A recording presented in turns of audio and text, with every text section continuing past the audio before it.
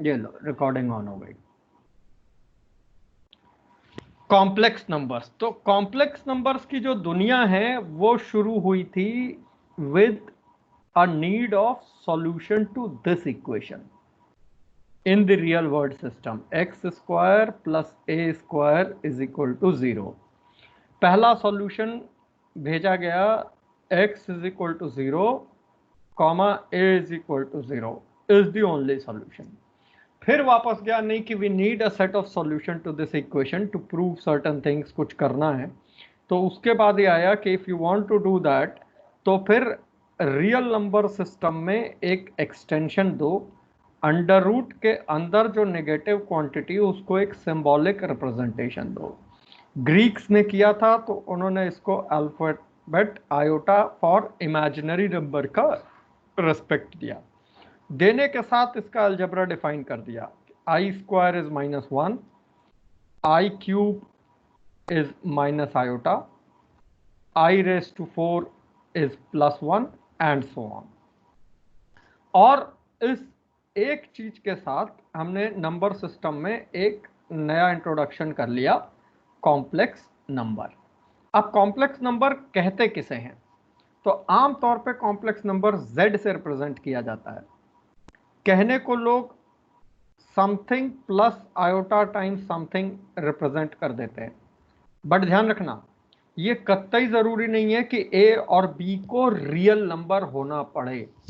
अगर a और b real number नहीं भी हैं तो भी a plus i b complex number हो सकता है बेसिस दिस अलजेब्रा।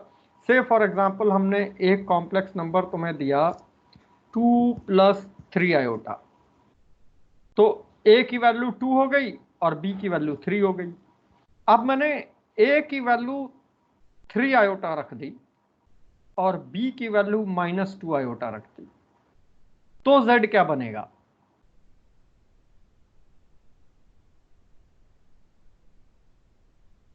फिर से यही बनेगा, a हो जाएगा 3 आयोटा और ये 2 आयोटा स्क्वायर -2। तो दैट मीन्स एक कॉम्प्लेक्स नंबर को रिप्रेजेंट करने के लिए कई सारे ए बी रखो, सेम पॉइंट पर रिप्रेजेंट हो सकता है, अनलेस ए और बी पर रेस्ट्रिक्शन ना लगाई जाए। तो initially unless specified complex number की दुनिया में ऐसा कोई रेस्ट्रिक्शन नहीं है कि कोई z बोले तो a प्लस आई बी हो। हाँ, अगर कोई z बोल के ये कहता है कि a प्लस आई बी के फॉर्म में है, where a comma b belongs to real number, ऐसा बता दिया जाए, तो हम a को एक रेस्पेक्ट देते हैं, we call it the real part of z, ऐसे रिप्रेजेंट करते हैं। और b को कहते हैं इमेजिनरी पार्ट ऑफ z। यानी दुनिया का हर कॉम्प्लेक्स नंबर एक दिन इस फॉर्म में सिंप्लीफाई होके आएगा, a plus i b, where a is a purely real number, b is a purely real number. जैसे इस केस में a और b का इनपुट ये डालो तो सिंप्लीफाई होके जब वो ये बनेगा तो this would be called as real part of z and 3 is your imaginary part of z। But complex number बनने के लिए a और b का रियल नंबर होना जरूरी नहीं है। इसके बाद हमने देखा था कि अगर ऐसा कोई कॉम्प्लेक्स नंबर डिफाइन होता है तो उसको रिप्रेजेंट कहां करते हैं। अब यहां से थोड़ा कॉम्प्लेक्स नंबर की थ्योरी में वो आता है चेंज, कि जैसे हम रियल नंबर्स को एक नंबर लाइन में रिप्रेजेंट करते हैं, वैसे ही हम कॉम्प्लेक्स नंबर्स को कार्टेशियन प्लेन के पैरेलल एक कोऑर्डिनेट प्लेन में रिप्रेजेंट करते हैं, जो कि बिल्कुल ट्रू कॉपी कार्टेशियन प्लेन जैसा दिखता है। बट हम उस पे एक एक्सिस को रियल एक्सिस डिक्लेयर करते हैं instead of calling it as x axis, और दूसरी एक्सिस को इमेजिनरी एक्सिस डिक्लेयर करते हैं। और मान के चलते हैं कि अगर कोई कॉम्प्लेक्स नंबर z अपने सिंपलेस्ट फॉर्म में, यानी जहां a real part of z हो, b imaginary part of z हो, कहने का मतलब a और b दोनों रियल नंबर हो, तो हर कॉम्प्लेक्स नंबर एक पॉइंट है। हर कॉम्प्लेक्स नंबर इस प्लेन में क्या है? एक पॉइंट है। इस प्लेन को कार्टेशियन प्लेन ना कह के कॉम्प्लेक्स प्लेन कहते हैं और कई बार इसी प्लेन को आर्गेंड प्लेन कहते हैं। बाकी कोऑर्डिनेट ज्योमेट्री की तरह ही सारा रिपीट है। कॉम्प्लेक्स प्लेन या आर्गेंड प्लेन पे हर पॉइंट एक यूनिक कॉम्प्लेक्स नंबर को और हर कॉम्प्लेक्स नंबर एक यूनिक पॉइंट को रिप्रेजेंट करता है। कॉम्प्लेक्स नंबर यूनिक पॉइंट में एक्सप्रेसिबल होगा अगर उसका रियल पार्ट और imaginary part A be real number है। लेकिन अगर ए बी रियल नंबर पे रेस्ट्रिक्शन ना लगाई जाए तो एक से ज्यादा तरीके से भी वो सेम पॉइंट को कॉरस्पॉन्ड कर सकता है, बट अल्टीमेटली वो पॉइंट है। पॉइंट होने से क्या फर्क पड़ा? रियल नंबर सिस्टम में एक पॉइंट जो दूसरे पॉइंट से आगे है, तो हमें एक फर्स्ट ऑर्डर रिलेशन पता होता है। 4 इज बिगर देन 2, ये है 0 और यहां कहीं आ गया -2, तो this is bigger than 0 and this is bigger than -2। क्योंकि रियल नंबर सिस्टम में वो एक पॉइंट होने के साथ साथ एक सिग्निफिकेंस देता था मॉडुलस मैग्नीट्यूड का, और नेगेटिव में वो उल्टा हो जाता था। तो ये जो रिलेशन है कि 4 2 से क्यों बड़ा होता है, 2 0 से क्यों बड़ा होता है, ये हम देख चुके हैं। कॉम्प्लेक्स नंबर की दुनिया में एक कॉम्प्लेक्स नंबर Z1 है, दूसरा कॉम्प्लेक्स नंबर Z2 है। Z1 Z2 से ऊपर या नीचे हो सकता है, Z1 Z2 से आगे या पीछे हो सकता है, बट Z1 Z2 से बड़ा या छोटा नहीं हो सकता। तो कॉम्प्लेक्स प्लेन पे हर कॉम्प्लेक्स नंबर सिर्फ और सिर्फ एक पॉइंट है। इसलिए ये अलजेब्रा की स्टडी कम और ज्योमेट्री की स्टडी ज्यादा है, क्योंकि पॉइंट से पॉइंट का कनेक्शन ज्योमेट्री से है। कोई कंफ्यूजन समझने में यहां तक? सर इसका मतलब मैग्नीट्यूड हाँ सर। कंपेयर नहीं कर सकता हम इन दोनों को? मैग्नीट्यूड कंपेयर करेंगे, अभी वो भी करेंगे, बट मैग्नीट्यूड कंपेयर करने के लिए मैग्नीट्यूड डिफाइन करना पड़ेगा। रियल नंबर सिस्टम में मैग्नीट्यूड वगैरह डिफाइंड है। अभिनव म्यूट कर दो। रियल नंबर सिस्टम में मैग्नीट्यूड वगैरह सब प्रॉपरली डिफाइंड थे। क्यों? क्योंकि यही मैग्नीट्यूड है और यही मैग्नीट्यूड है। क्यों? क्योंकि ये उसकी लेंथ रिप्रेजेंट करता है। यहां तो मैग्नीट्यूड के लिए बड़े सारे ऑब्जर्वेशन है। तुम कहो कि ये मैग्नीट्यूड हो सकता है, मान लो मेरा मान, ये मैग्नीट्यूड हो सकता है या ये मैग्नीट्यूड हो सकता है, तो there has to be a logic जो अब आगे डेवलप करेंगे। वहां तो यही मैग्नीट्यूड था, बाय डिफॉल्ट डिफाइंड था। ये एक स्टार्टिंग पॉइंट है कि हम कॉम्प्लेक्स नंबर की दुनिया में जो फर्स्ट ऑर्डर रिलेशन देते हैं, फर्स्ट ऑर्डर रिलेशन मतलब समझते हो? कोई भी दो नंबर्स कंपेरेबल होंगे तो या वो एक दूसरे से बड़े होंगे या एक जो है दूसरे से छोटा होगा या वो उसके बराबर होगा। तो कॉम्प्लेक्स नंबर की दुनिया में ये मीनिंगलेस है, ये मीनिंगलेस है, सिर्फ ये सेंसेबल है। If a comma b belong to the set of complex number को सी ले लेते हैं, तो एक कॉम्प्लेक्स नंबर दूसरे कॉम्प्लेक्स नंबर से बड़ा या छोटा नहीं हो सकता, सिर्फ इक्वल होता है। और इक्वल होने का एक ही मतलब होता है, then real part of a is equal to real part of b and simultaneously imaginary part of A is equal to imaginary part of B। यानी दोनों पॉइंट सेम हैं, कोइंसाइड कर रहे हैं। इसके अलावा उनमें कोई रिलेशन एग्जिस्ट नहीं करता है technically, theoretically. But class 12th 11th ध्यान देना, जेई ये बात नहीं मानती कि तुम्हें ये पता है, तो वो कई बार ऐसा क्वेश्चन दे देते हैं कि मैंने तुमसे बोला कि if a square minus 3a plus 1 plus iota times b square minus 4 is greater than equal to a square plus a b 2a square plus a b plus b square plus iota times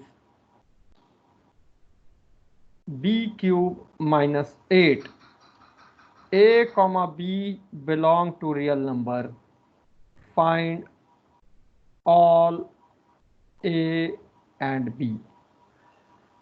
अब तुम कहो कि ये तो गलत question है, क्योंकि एक तरफ आप कह रहे हैं कि कॉम्प्लेक्स नंबर्स में बड़ा या छोटा जैसा होता ही नहीं है, और दूसरी तरफ क्वेश्चन दिया है। तो इसका मतलब समझो कि complex number Z1 is greater than equal to Z2, अगर किसी ने दिया है कि ऐसा होगा, तो उसका अंडरस्टूड मीनिंग ये हो गया कि real part of Z1 is greater than equal to real part of Z2 and simultaneously imaginary part of Z1 is equal to imaginary part of Z2 is equal to 0। वो तुम्हें बोलेंगे नहीं ये बात, वो तो कहेंगे कि हमने क्वेश्चन दे दिया तुम बताओ। अब कॉम्प्लेक्स नंबर में इनइक्वालिटी होल्ड करती नहीं, इनइक्वालिटी होल्ड किस में करती है? रियल नंबर में। लेकिन वो क्वेश्चन दे रहे हैं, इसका मतलब वो खुद तुम्हें इंडिकेट कर रहे हैं कि हो ना हो ये रियल नंबर है। अब ये दोनों रियल कब हो सकते हैं? जब इनके इमेजिनरी पार्ट क्या हो? 0। अगर किसी कॉम्प्लेक्स नंबर को हमने लिखा a प्लस आई बी 0 हो गया, a रियल है, तो वो कॉम्प्लेक्स कहाँ बचा? फिर तो वो रियल बच गया ना। तो ये बेसिकली समझने की चीज है, यहीं लिख देता हूं मैं, क्लास 11th को भी थोड़ा सा आसानी हो जाएगी इसको समझने में, कि if b is equal to 0 then z is purely real. जब b 0 हो गया तो रेड क्या हो गया? Purely real. अगर a 0 हो गया तो z इज प्योरली इमेजिनरी। यानी अगर किसी कॉम्प्लेक्स नंबर में इमेजिनरी पार्ट है ही नहीं, आयोटा से जुड़े सारे टर्म 0 हो गए, तो फिर तो वो रियल नंबर है, फिर तो वो पुरानी थ्योरी हो गई। यानी जो तुम थ्योरी कॉम्प्लेक्स नंबर में पढ़ोगे, रियल नंबर पे वो एप्लीकेबल होगी कि real number is a subset of complex number. तो जितने रिजल्ट इसके सीखोगे सब रियल नंबर पे अप्लाई हो जाएंगे, but the converse is not true.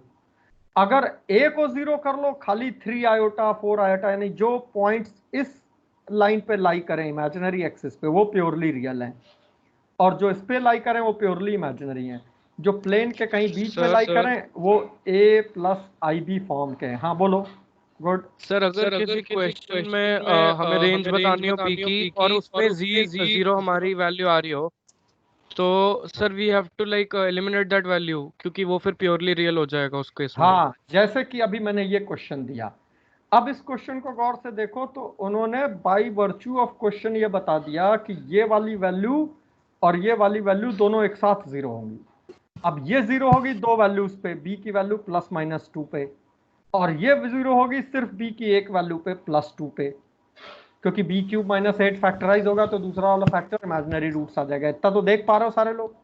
तो इसका मतलब एंड है, तो दिस एम्प्लाइज दैट कि b की एक ही वैल्यू है, क्या है? Plus 2।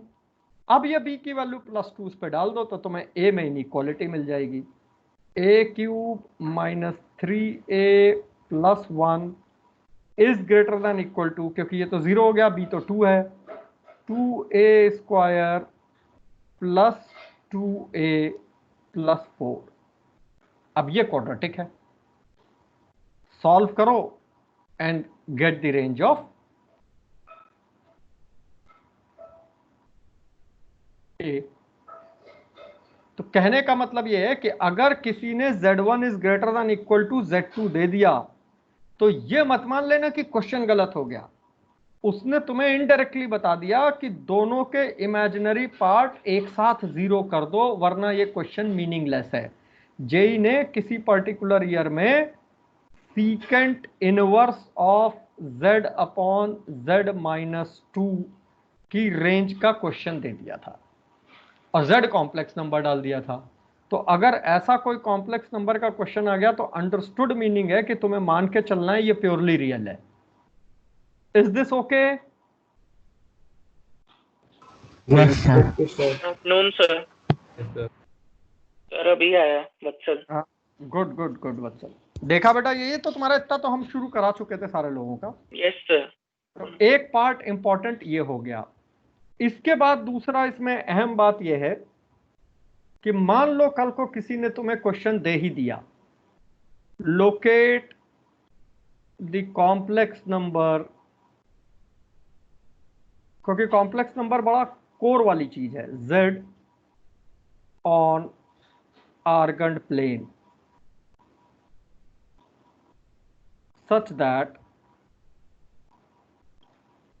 z is equal to t minus 3 plus iota times 4 minus t square का under root t belongs to real number. अब इसको लोकेट करना है तो कैसे करेंगे? तो आम तौर पे इसके सॉल्यूशन में लोग क्या करते हैं, z को एक हैबिट है x प्लस आई वाई लिख लेते हैं, उससे ये मान लेते हैं कि भाई x हो गया t माइनस 3 और y हो गया under root of 4 minus t square. दोनों को साइमल्टेनियसली सॉल्व करके t एलिमिनेट कर दो तो t की वैल्यू हो गई x प्लस 3 और इधर से टी स्क्वायर आ गया तुम्हारा 4 minus Y square. M I right? दोनों तरफ स्क्वायर ले लो, वाई स्क्वायर, ठीक है ना? तो x प्लस 3 का whole square that is t square plus y square is equal to 4। अब इसके बाद सुनने समझने में ऐसा लगा कि ये तो सर्कल है। क्यों सर्कल है? क्योंकि -3,0 से पॉइंट की डिस्टेंस हमेशा 2 है, वही है डिस्टेंस फॉर्मूले से, तो ऐसा कुछ एक सर्कल आ जाएगा, ठीक है ना? ये पहली मिस्टेक है। बताओ इसमें कहां और क्या और क्यों गलत है?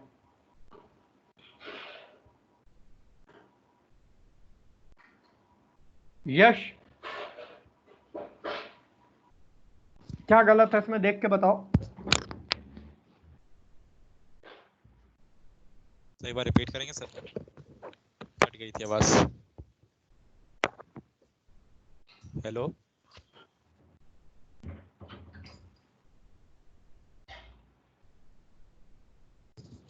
हेलो। हेलो, हाँ सर आवाज आ रही है? हाँ हाँ, मैं कहीं चला गया था, बताओ। हाँ सर एक बार रिपीट करेंगे सर, आवाज कट गई थी। क्वेश्चन ये है कि जो मैंने ये बनाया लोकस, ये जो सर्कल आया, ये गलत है तो कहां गलत है?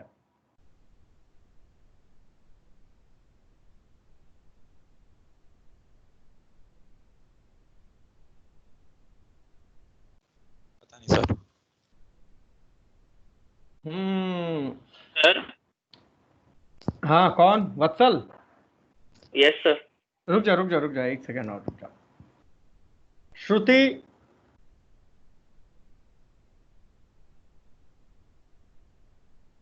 Yes sir. कहाँ गलत है बेटा ये? सर पता नहीं सर। अनन्या? सर रुक जा। सर नहीं पता सर। अकेले मतलब हमें चलो राघव बोलो। सर मैं कह रहा था सर, मे बी सर ये कि x और y हमारे रियल नंबर्स हैं। क्यों तो जो सर्कल का जहाँ पर वो नंबर लाइन को टच करे बस वही 2 वैलिड पॉइंट्स होंगे, बाकी सारा नहीं इंक्लूड करेंगे या तो नहीं, और सोचो।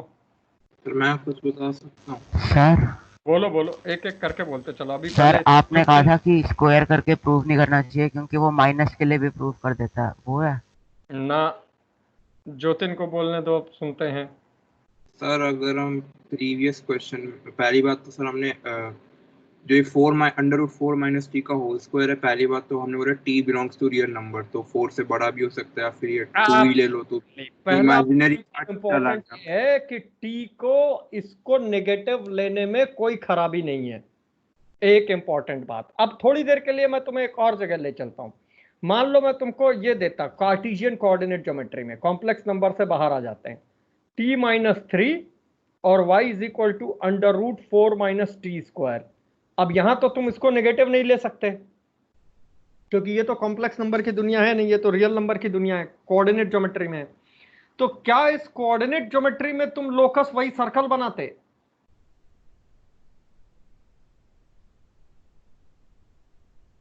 -3,0 circle with centre -3,0 and radius 2।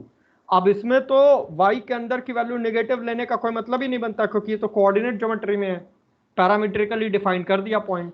तो क्या तब भी ये लोकस सही है या इसमें भी कुछ गड़बड़ है आशीष? सर गलत होना चाहिए सर। इसमें क्या गलत है?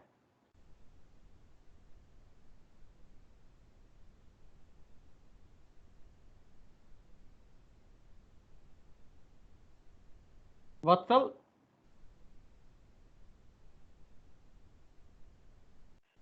सर इसमें ऊपर वाला हाफ आएगा सर। एब्सोल्युटली। इसमें गड़बड़ ये है कि जब तुम इसको लेते हो अंडर रूट, तो y की वैल्यू नेगेटिव नहीं हो सकती। तो y की वैल्यू नेगेटिव नहीं हो सकती, तो ये वाला पार्ट तुम्हारा हट जाएगा। This will remain to be a semi circle. बात समझ में आ रही है? Yes sir. क्योंकि तुमने स्क्वायर किया, तो यहां वो वाली गलती स्क्वायर में प्लस माइनस वाली समझ आती है, लेकिन पिछले केस में उसके साथ एक और गलती हुई। ये तो हटा ही हटा, चलो हटा दो, कोई बात नहीं, ये तो हट ही जाएगा क्योंकि नहीं। लेकिन यहां पे उसने ये थोड़ी कहा कि t की वैल्यू -2 से 2 लाई करेगी, वो तो रियल नंबर सिस्टम में होता है। अगर t की वैल्यू -2 से 2 के बाहर लाई कर गई तो भी खराबी क्या है? अब वो देखो, अगर t का मैग्नीट्यूड 2 से बड़ा हो जाए तो ये z क्या हो जाएगा? ये हो जाएगा t-3 minus under root of t square -4।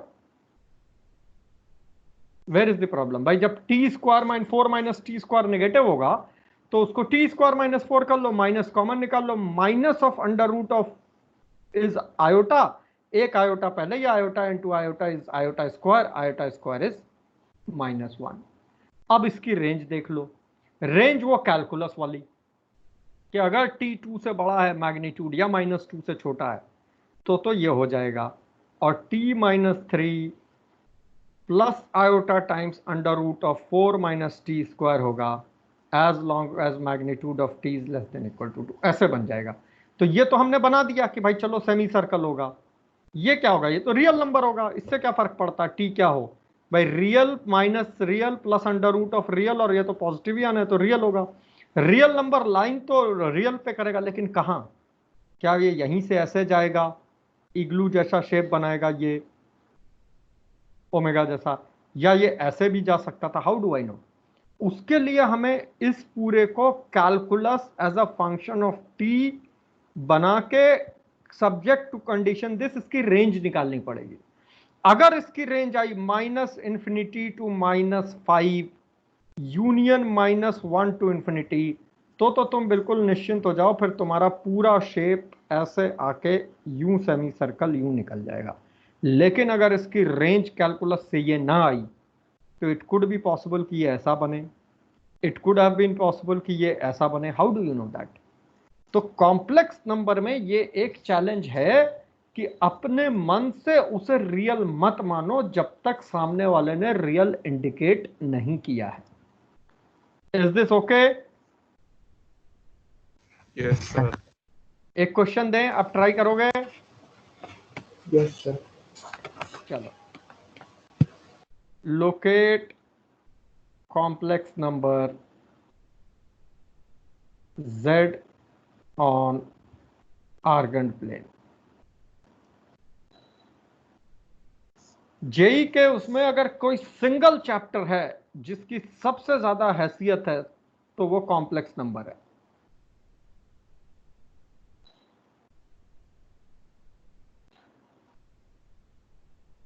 अब जरा डिफरेंट वैल्यूज ऑफ टी के लिए इसको ड्रॉ करके कॉम्प्लेक्स नंबर पे बताओ फाइनल शेप क्या बनेगा?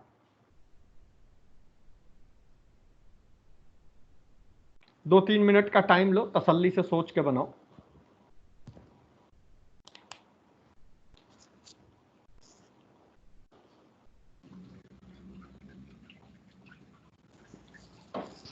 सर इमेजिनरी पार्ट नहीं है इसका? नहीं दिया। Okay sir.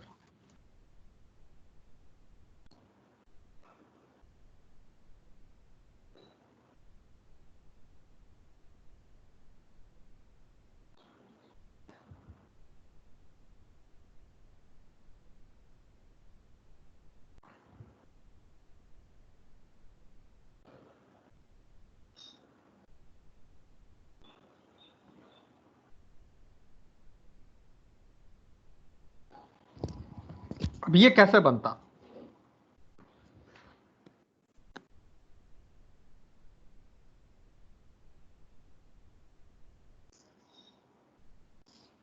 SVIS वाले बच्चे कल तक मुझे कंफर्म कर देना कि तुम्हारे स्कूल की क्लास अगर एवं ही चल रही है तो फिर हम कल से क्लास की फ्रीक्वेंसी डबल कर दें।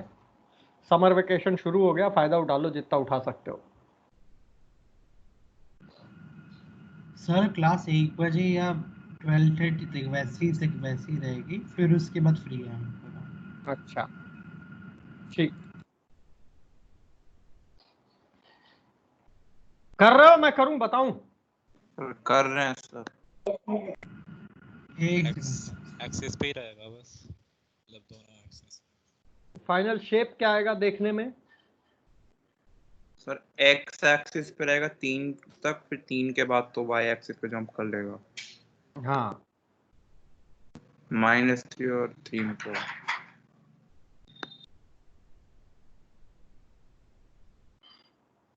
सर सेमी सर्कल ही बनेगा। नहीं बनेगा सेमी सर्कल आशीष, मिस फायर, ध्यान से देखो।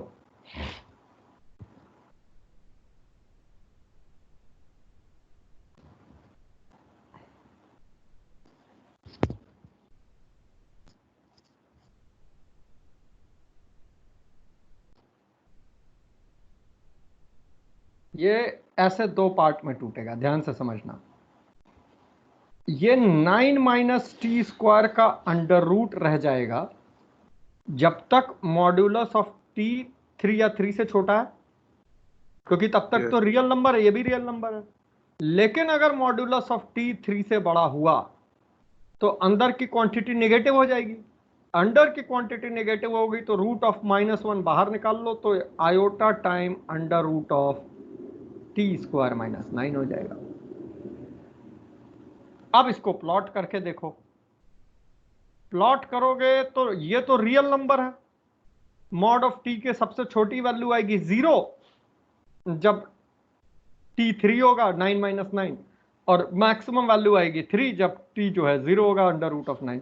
तो दैट मीन्स 0 से लेके 3 तक के बीच में सारे रियल नंबर रिप्रेजेंट हो गए जब t की वैल्यू यहां से आता है। सारे रियल नंबर है तो रियल नंबर लाइन पे रिप्रेजेंट होंगे।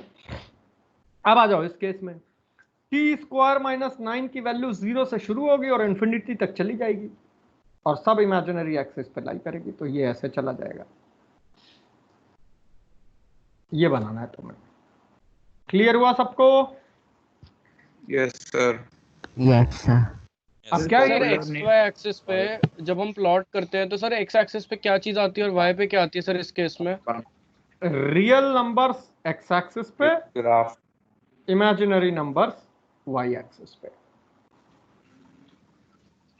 सर नहीं, जैसे आपने टी की वैल्यू ली है 0 से 3, हाँ, तो सर आपने क्या t की डाला? वैल्यू 0 से नहीं, t की वैल्यू का मैग्नीट्यूड 3 होगा तो ये तो रियल होगा ना।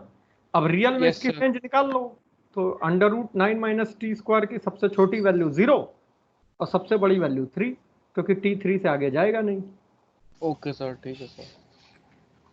अब सोचो ये ग्राफ दे दें, एक दूसरा कॉम्प्लेक्स नंबर का कोई ग्राफ दे दें, पूछे पॉइंट ऑफ इंटरसेक्शन, तो वहां ये पता होना चाहिए कि भाई ये इसके बियॉन्ड ये भी बना सकता है, वरना ये चीज जनरली लोग धोखा खा जाते हैं। कोई confusion, doubt, query, question? Complex number का इंट्रोडक्शन ये है, एक यूनिक पॉइंट को रिप्रेजेंट करेगा अगर a और b रियल नंबर हैं, और यही रियल नंबर बेसिकली उसका रियल पार्ट और इमेजिनरी पार्ट कहलाते हैं। बट एक स्टेज के बाद जैसे ही इस चीज से क्लियर हो जाते हैं, तब हम आते हैं कॉम्प्लेक्स नंबर के नेक्स्ट लेवल पे, दैट इज वेरियस रिप्रेजेंटेशन। 3 तरह से होते तो कई तरीके हैं, लेकिन हम लोग जेई सिलेबस में 3 तरह से कॉम्प्लेक्स नंबर को रिप्रेजेंट करेंगे, ठीक है ना। पहला कहलाता है कार्टेशियन फॉर्म, वही जो अभी तुम देख रहे थे। कार्टेशियन फॉर्म में हम किसी भी कॉम्प्लेक्स नंबर z को x + iy बोल देते हैं, प्रोवाइडेड x और y दोनों क्या हो, रियल हो, यानी हम कह सकें कि x is the real form and y is the imaginary part of the complex number. अब अलग अलग एक्स वाई के लिए सेम नंबर बन सकता है, लेकिन जब उसको तुम रिप्रेजेंट करोगे तो इसको रियल पार्ट, इसको इमेजिनरी पार्ट बोलोगे। दूसरा फॉर्म कहलाता है ट्रिगोनोमेट्रिक फॉर्म या पोलर फॉर्म। ये फॉर्म थोड़ा ज्यादा रिस्की है, इसलिए भी क्योंकि ये कार्टेशियन कोऑर्डिनेट ज्योमेट्री के पोलर फॉर्म को टेक केयर कर लेता है। ऑल्दो कार्टेशियन का पोलर फॉर्म जेई सिलेबस में नहीं है कोऑर्डिनेट ज्योमेट्री में, लेकिन यहां उसका काफी काम निकल जाता है। तो सपोज मैंने ऐसे तुम्हारा ये ले लिया,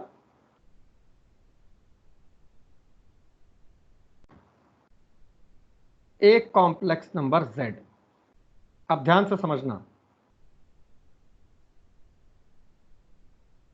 हर कॉम्प्लेक्स नंबर z का कॉम्प्लेक्स नंबर 0 से कोई एक डिस्टेंस होगी,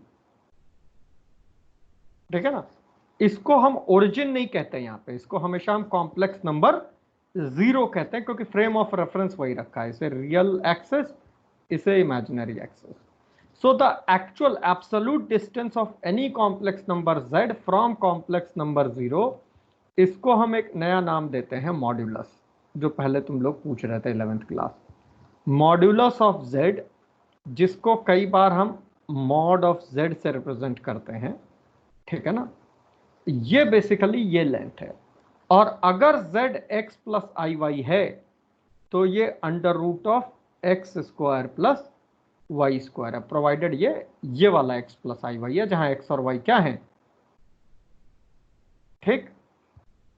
अब हर कॉम्प्लेक्स नंबर का एक यूनिक मॉड्यूलस तो होगा नहीं, क्योंकि इसी मैग्नीट्यूड, इसी लेंथ वाले और भी कई कॉम्प्लेक्स नंबर होंगे। इनफैक्ट पूरा एक सर्कल होगा जो इसी पे राउंड लगाएगा। तो कॉम्प्लेक्स नंबर को फिक्स करने के लिए दूसरा हम ये एंगल निकालते हैं। कार्टेशियन कोऑर्डिनेट ज्योमेट्री वाला एंगल और यहां वाले एंगल में बस एक फंडामेंटल फर्क है।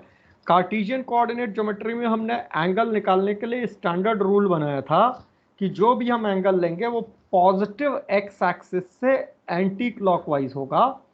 तो फर्स्ट सर्कल की कंप्लीट रेंज 0 से शुरू होकर 2 पाई पे खत्म हो गई थी।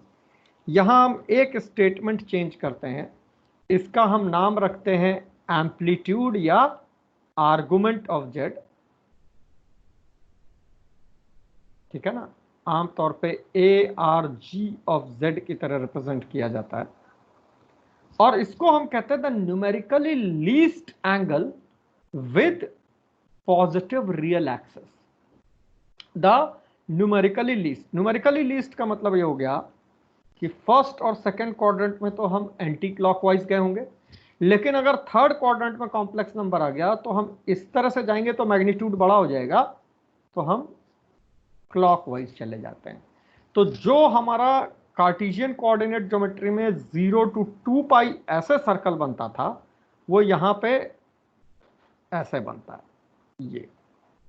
तो दैट मीन्स हमारे केस में आर्गुमेंट ऑफ z की रेंज 0 से 2 पाई ना होके -पाई टू पाई होती है, क्योंकि जब वो नेगेटिव में आएगा, उल्टा जाएगा, तो हम नेगेटिव काउंट करेंगे। तो सबसे छोटा यहां से शुरू होगा -पाई से बढ़ते बढ़ते बढ़ते 0, और 0 से बढ़ते बढ़ते बढ़ते +पाई।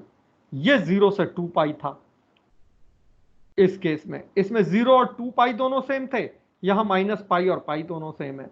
तो कन्वेंशनली अगर कोई नेगेटिव रियल नंबर होता है तो हम उसका आर्गुमेंट +पाई बोल देते हैं। कन्वेंशन मतलब सब बोलते हैं, हम भी यही बोलेंगे। अब अगर तुम गौर से देखो तो दुनिया में हर कॉम्प्लेक्स नंबर को यूनिकली रिप्रेजेंट किया जा सकता है with respect to the Cartesian system, that is real part of x and imaginary part of x बता दो, वो एक पॉइंट रिप्रेजेंट करेगा। रिप्रेजेंट तो हर पॉइंट को इस फॉर्म में भी किया जा सकता है। अगर मॉड्यूलस बता दिया जाए, इसको ज्यादातर r दे दी जाता है सिंबॉलिक रिप्रेजेंटेशन, और इसको थीटा दे दिया जाता है। तो if this length is r and this length is theta, तुमको ये पहले ट्रिग्नोमेट्री में भी दिखाया था ना कि हर पॉइंट एक r cos थीटा एक r sin थीटा होगा कोऑर्डिनेट ज्योमेट्री से। तो हम कहते हैं कि z becomes r times cos theta plus r times i sine theta, तो आर कॉमन ले लो, r times cos theta plus iota sine theta, ये कहलाता है ट्रिग्नोमेट्रिक और the polar form, where r is the magnitude or the modulus which is represented as a mod of z under root x square plus y square. Cartesian से अगर रिश्ता establish करना हो, आमतौर पे जेई में हम इसको डिस्कार्ड करके चलते हैं कि मतलब इसकी जरूरत नहीं पड़नी चाहिए। और आर्गुमेंट एज एन, अब हम ये नहीं कह सकते टैन इनवर्स है, क्योंकि टैन इनवर्स कहेंगे तो वो कोऑर्डिनेट वाले से रिलेट होगा, कोऑर्डिनेट वाले से रिलेट होगा तो 0 से 2 पाई जाएगा, हमें माइनस पाई टू पाई ले जाना है, तो हम इसे आर्गुमेंट ऑफ जेड थीटा बोल के चलते हैं। तो हर पॉइंट या तो एक्स प्लस आई वाई होगा या r times cos theta plus i sine theta होगा। कई बुक्स में cos theta plus i sine theta को इतनी मेहनत ना करनी पड़े लिखने के लिए, तो ऐसे सिस थीटा भी लिख देते हैं, ठीक है ना। तो तुम्हारे दो इंपॉर्टेंट फॉर्म हो गए, कार्टेशियन फॉर्म एंड ट्रिग्नोमेट्रिक और द पोलर फॉर्म। ध्यान रखना, जो तुम कोऑर्डिनेट ज्योमेट्री पीछे पढ़ रहे हो 11th 12th में, वो सारी पोलर फॉर्म में रिप्रेजेंटेबल है, क्योंकि ये तुम पीछे ट्रिग्नोमेट्री में देख चुके हो कि हर एक्स वाई को r cos theta r sine theta से रिप्रेजेंट किया जा सकता है। बस ट्रिग्नोमेट्री वाले r cos theta r sine theta और यहां में एक ही फर्क है, उनका थीटा का काउंटिंग प्रोसीजर 0 से 2 पाई था, इनका थीटा का evaluation procedure minus pi to pi है, इसके अलावा कोई चेंज नहीं है। तो पोलर कोऑर्डिनेट की ज्योमेट्री भी पूरी पैरेलल ही है, वो तो थैंकफुली जेई सिलेबस में नहीं है, इसलिए हम उतना हेडेक नहीं पालते हैं, अदरवाइज वो भी सारा कर ऐसे सकते हैं। डिफाइन हाँ, क्यों करा सर, मतलब अलग अलग कन्वेंशन इनके लिए? अब क्यों करा का तो कोई जवाब नहीं है, क्योंकि एक चीज को अलग अलग लोगों ने अलग अलग तरह से पढ़ा। ये डेस्कार्टेज का दिया हुआ है, अपनी थ्योरी है, ये जिसने दिया उसने अलग थ्योरी ली है, इसके बाद यूलर ने जो है इससे बड़ा तीसरा फॉर्म दिया, वो एक अलग दुनिया है, इसको हम लोग यूलर कहते हैं, बाहर की दुनिया ऑलर्स कहती है। इनका सिर्फ एक स्टेटमेंट था जो 12th क्लास को आफ्टर कैलकुलस, अभी हमने 2 क्लास पहले दिखाया था लिमिट्स की क्लास में, e to the power i theta is cos theta plus i sine theta. अब ये जो स्टेटमेंट है, इसके पीछे का कोर जेनेसिस बहुत बड़ा है, उनको कैसे पता चला कि ये होने वाला है, अब इसका जवाब ढूंढने चलेंगे तो इट विल टेक ईयर्स।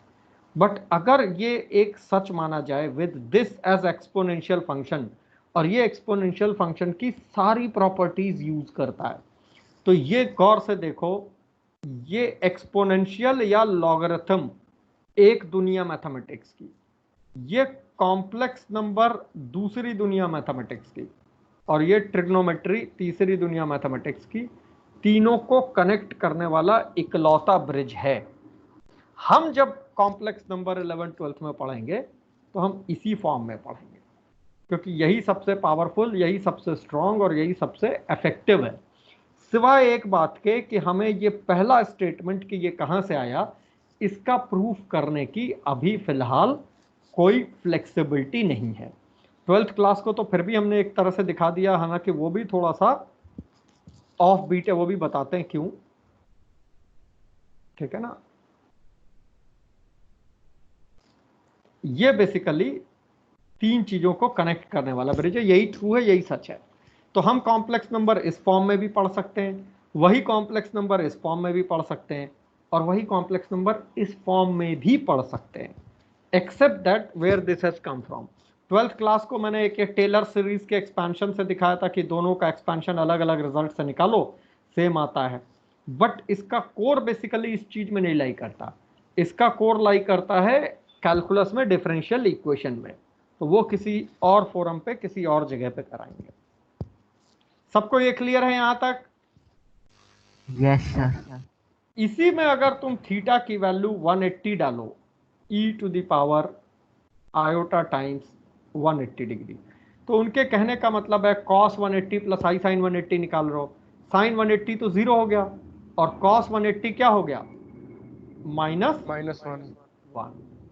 तो ये वो इक्वेशन है जिसको मैं तुम्हें हमेशा बताता हूं कि जिसको लेके लोगों ने एक स्टेटस को जाके फाइनल खत्म किया था, हेंस गॉड एग्जिस्ट्स।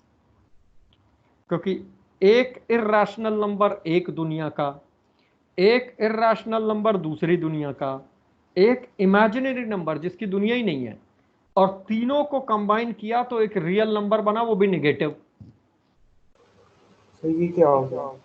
तो ये मैथमेटिक्स की दुनिया की सबसे पावरफुल और मैजिकल इक्वेशन कहलाती है। कहां से आई, क्या कोर है, कोर तो ये है, ये कहां से आया, क्या कोर है, this will take time. 12th class को हो सकता है डिफरेंशियल इक्वेशन खत्म करा रहे होंगे तो हम दिखा देंगे, बट आने वाले समय में तुम ये सारी चीजें पढ़ोगे। कॉम्प्लेक्स नंबर आयोटा को एक स्टेटस को देख के मैथमेटिक्स, फिजिक्स, केमिस्ट्री जनरल उसमें पढ़ाया जाता है। फिजिक्स में यूज होगा तुम्हारे सामने किसी जगह पे कुछ प्रोजेक्ट्स प्रैक्टिकल में, एम्पलीट्यूड में। किसी ने देखा क्लास 12 फिजिक्स में भी यूज हुआ ये कहीं पे? अभी तक तो नहीं हुआ। अभी तक तो कहीं नहीं हुआ। अच्छा, तो मतलब वैसे इसका करेक्ट यूज कहाँ आएगा, वो यहाँ आएगा, या फिर केमिस्ट्री में और फिजिक्स में एक इनके पास थ्योरी है जिसको ये डील करते हैं, क्या तो नाम था, श्रोडिंगर वेव इक्वेशन और Bohr model of hydrogen atom. तो वहां पे तुम्हें केमिस्ट्री में सर। तो हम भी वाह एक एक करके बोलो तो मैं सुनूं। सर लेकिन वो श्रोडिंगर तो- वेव इक्वेशन की जो कैलकुलेशन है वो कॉलेज वगैरह में ही होती है, 12th में नहीं है जो मैंने सुना है। हाँ हाँ, कॉलेज वगैरह में भी है, बीएससी एमएससी में तो एक इक्वेशन से एक बुक लिखी हुई है, एक पूरा साल वही पढ़ाते हैं। बट वहां पे अगर तुम गूगल करो तो पॉलीज एक्सक्लूजन प्रिंसिपल नाम सुना है ना? हाँ क्लास जी सर। 12th ने तो सुना ही होगा। सर ये तो 11th में भी हमारे। सर 11th में भी है सर ये। पॉली स्पिन मैट्रिसेस करके टर्मिनोलॉजी बनाते हैं, उस पे वो मैट्रिक्स में 1 1 आयोटा माइनस आयोटा इस तरह से बनाते हैं। तो ये यहाँ जाके वो, मतलब जो तुम्हें दिखेगा पहली बार तुम्हारे सिलेबस में यहाँ है। मैं तुम्हें इसका ना, एक बुक है perspective of modern physics by Arthur Beiser, बहुत बढ़िया बुक है, उसमें इसका जिक्र है, वो शेयर कर दूंगा। तो मतलब ऐसा नहीं कि कॉम्प्लेक्स नंबर रियल लाइफ की दुनिया में है ही नहीं है, वहीं पढ़े जा रहे हैं, पढ़ रहे हैं बिकॉज कहीं ना कहीं किसी जगह पे यूज होना है, तो वहां पे वो उसको पूरा उन्होंने क्वांटम मैकेनिक्स में बना के रिप्रेजेंट किया है। बट फिलहाल जो मैथमेटिक्स हम पढ़ते हैं प्योर दुनिया में, उसमें तो ये एक बड़ी एब्सर्ड और मैजिकल सी इक्वेशन है। ये इर्रेशनल है अलग दुनिया का, ये इर्रेशनल अलग दुनिया का, एक एक लाइफ टाइम लोगों ने इन्हीं दोनों को निकालने में लगा दी, कैसे आया? ये इर्रेशनल भी नहीं है, ये तो है ही नहीं, इमेजिन किया हुआ है, और तीनों का कॉम्बिनेशन -1 के बराबर आ रहा है, क्योंकि ये सही है।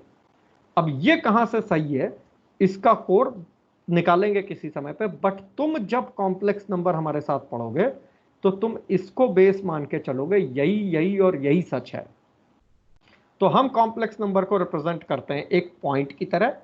पॉइंट कार्टेशियन फॉर्म में z x plus i y हो जा सकता है, point r cos theta plus i sin theta हो सकता है, where r is the magnitude and theta is the argument. बस आर्गुमेंट में ये ध्यान रखना, should lie between -π to π। Class 12th जैसे तुमने ट्रिग्नोमेट्री में इनवर्स ट्रिग्नोमेट्रिक फंक्शन पढ़ा था, उसमें भी हमने बोला था कि हम प्रिंसिपल आर्गुमेंट ही लेके चलते हैं इनवर्स ट्रिग्नोमेट्री में। वैसे ही कई पॉपुलर बुक्स में ये वैल्यू जो है ना -π के बाहर भी चली जाती है, क्योंकि उनके हिसाब से वो आर्गुमेंट है, और जिसको आप -π to π में रेस्ट्रिक्ट कर रहे हो वो प्रिंसिपल आर्गुमेंट है। लेकिन हम जब IIT JEE पढ़ेंगे, यहाँ पे हमसे मतलब मेरे साथ पढ़ोगे, तो हम आर्गुमेंट और प्रिंसिपल आर्गुमेंट में कोई फर्क ही नहीं रखेंगे, हम पढ़ेंगे ही सारा प्रिंसिपल आर्गुमेंट में। अलग से क्यों पढ़ें, जब ये सबसेट है उससे काम आसान हो जाता है। तो पहला फॉर्म, दूसरा फॉर्म एंड देन तीसरा द सुपर फॉर्म, जिससे काम खत्म हो जाता है, जो थोड़ा चैलेंजिंग है समझने के लिए टू बिगिन में। बट अगर सच मान लो तो कई सारी चीजें खत्म हो जाती हैं। जैसे एक बड़ा पॉपुलर रिजल्ट है कॉम्प्लेक्स नंबर में, डी मोवर्स थ्योरम, कराया गया है क्लास 11th में, class 12th। Sir De Morgan theorem कराया है? डी मॉर्गन थ्योरम नहीं, डी मॉर्गन्स तो सेट थ्योरी में, D mowers theorem class 11th को भी नहीं कराया होगा जिन्होंने कॉम्प्लेक्स नंबर सर मेरे को पता। हाँ, Yes, लेकिन sir. क्लास 12th जो 11th में उसको तो पता होगा ना। उसका कहना ये था cos theta plus iota sine theta raise to n करोगे और इसको पूरा एक्सपैंड करोगे तो cos n theta plus iota sine n theta आ जाएगा। अब इनिशियली ये मैजिक ऐसा दिखता है, अगर यकीन नहीं है तो एक दो करके देखते हैं, फिर इंडक्शन से प्रूफ करेंगे, फिर देखेंगे कि क्या इसका किल है। cos theta plus iota sine theta का होल स्क्वायर कर लो। ध्यान रखना तुम ये बाद में पढ़ रहे हो, तुम ट्रिग्नोमेट्री पहले पढ़ चुके हो, सारे रिजल्ट्स पहले पढ़ चुके हो। ए स्क्वायर cos स्क्वायर theta b square minus sine square theta plus 2ab 2 times sine theta cos theta iota sine. अब गौर से देखो ये cos 2 थीटा है sir Yes, I sir. Sine. अच्छा अब 3 करके देखो तो वो cos 3 थीटा का फॉर्मूला आ जाएगा। 4 करके देखो 5। तो एक स्टेज पे by principle of mathematical induction PMI लोग इसको प्रूफ भी कर देते हैं। k के लिए ट्रू मान लो, k+1 के लिए प्रूफ कर दो। अगर तुम इसको बेस लेके चलो तो ये ऐसे ही किल्ड है, इसकी जरूरत ही नहीं है। क्योंकि इस स्टेटमेंट का मतलब क्या है? इस स्टेटमेंट का मतलब है e to the power I theta raised to n should be equal to e to the power I n theta, which is common sense. Yes sir. भाई ये इधर लिखा है और ये आउटपुट लिखा हुआ है, तो हेंस द रिजल्ट। तो इसके आने के बाद इसकी जरूरत खत्म हो जाती है। लेकिन अगर ये देखो तो जिसने ये लिखा उसने ट्रिग्नोमेट्री के सारे फॉर्मूलों का कोर इस एक रिजल्ट में बना के रखा कि अब तुम इसके ऊपर पावर रेज करते रहो, तुम्हें sine 3 theta sine 4 theta sine 5 theta का साइमल्टेनियस फॉर्मूला मिलता चला जाएगा, बिकॉज सच ये है।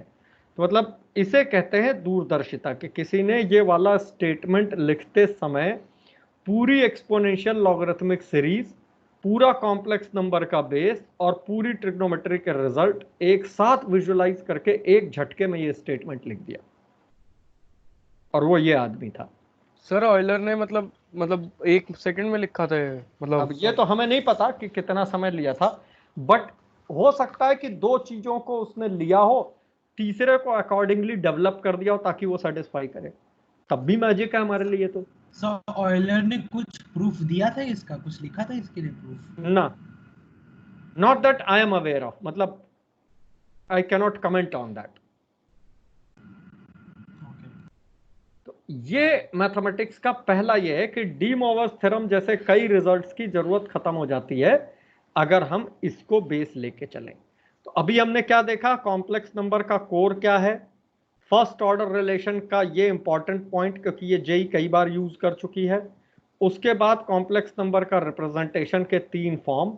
अब जो भी क्वेश्चन आगे समझेंगे, सॉल्व करेंगे, वो तीनों फॉर्म से करेंगे, प्रेफरेबली इस फॉर्म से करेंगे ताकि हमें ज्यादा पेन ना लेना पड़े।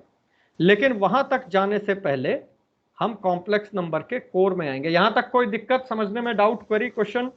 सर अगर हाँ। हमने पोलर कोऑर्डिनेट वाले को सच मान लिया, हाँ, तो e raise to the power I x को उसमें रिप्रेजेंट करके प्रूफ नहीं हो जाएगा?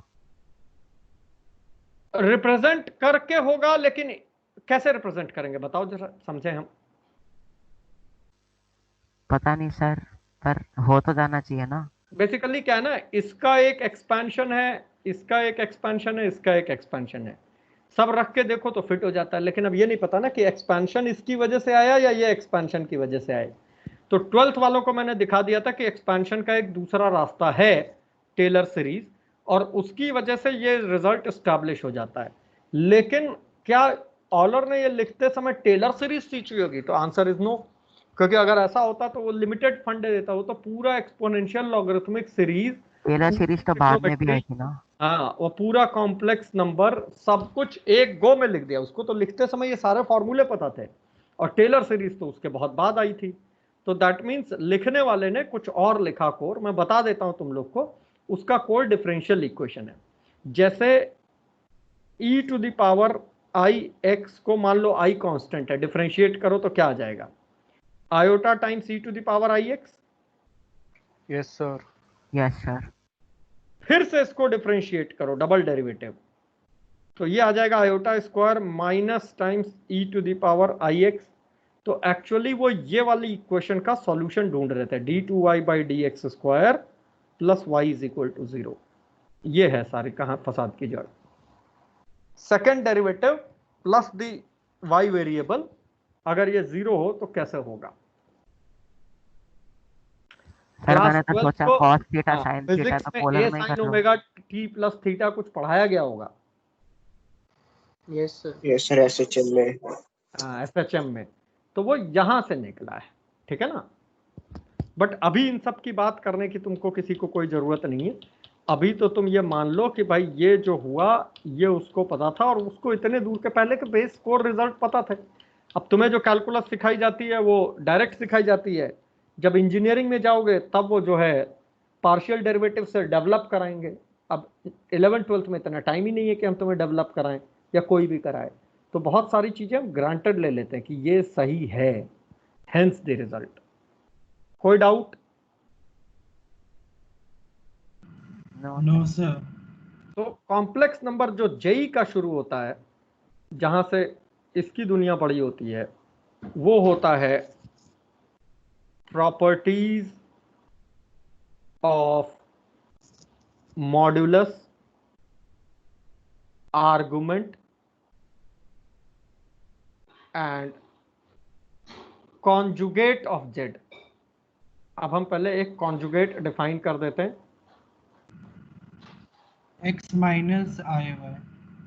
किसी भी कॉम्प्लेक्स नंबर के लिए है तो कॉम्प्लेक्स नंबर अल्टीमेटली क्या, एक point in a Argand plane. अब वो कहीं पे भी लाई करे, depending upon the position of complex number, ये पक्का तय है कि उस पॉइंट की अबाउट रियल एक्सिस एक मिरर इमेज होगी। तो अगर ये कॉम्प्लेक्स नंबर z है तो ये कॉम्प्लेक्स नंबर उसका कॉन्जुगेट है। दोनों एक दूसरे के कॉम्प्लेक्स कॉन्जुगेट हैं। ऑब्वियसली अगर ये a प्लस आई बी है, a और b रियल नंबर है, तो ये a माइनस आई बी होगा, क्योंकि x कोऑर्डिनेट या रियल कोऑर्डिनेट तो दोनों का सेम रहेगा, डिस्टेंस सेम है। इमेजिनरी कोऑर्डिनेट जितना ऊपर है ये उतना नीचे है। इन तीन चीजों के टर्म्स में कॉम्प्लेक्स नंबर्स की काफी दुनिया बंध जाती है, फंस जाती है। तो दो चीजों के साथ एक तीसरा इंट्रोड्यूस किया, कॉम्प्लेक्स नंबर का कॉम्प्लेक्स कॉन्जुगेट। कोई डाउट क्वेरी यहां तक? Class 12th?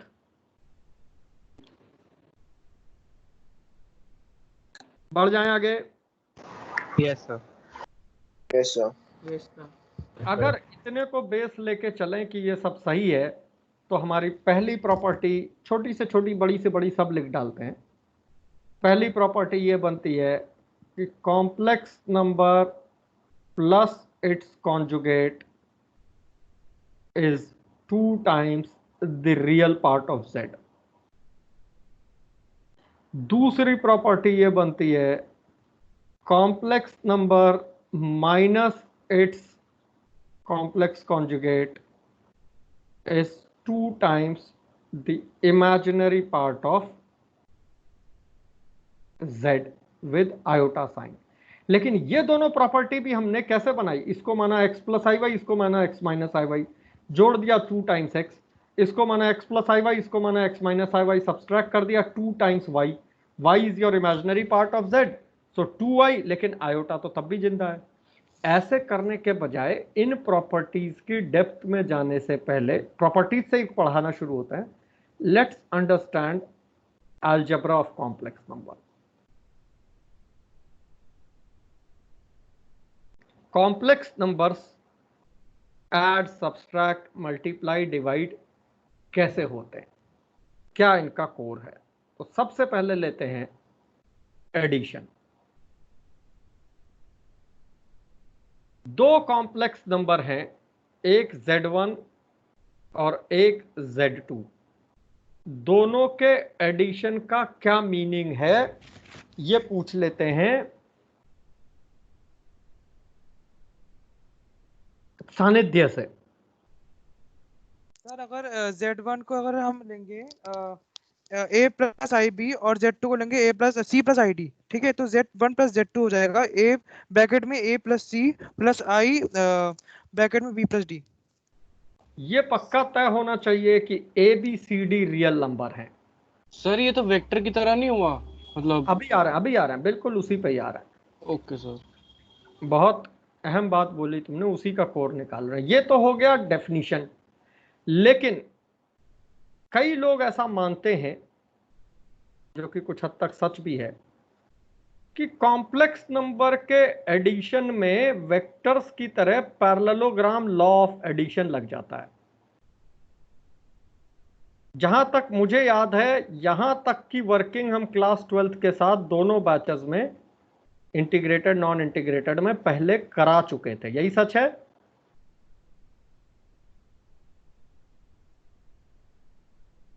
Yes sir. Dwarka में।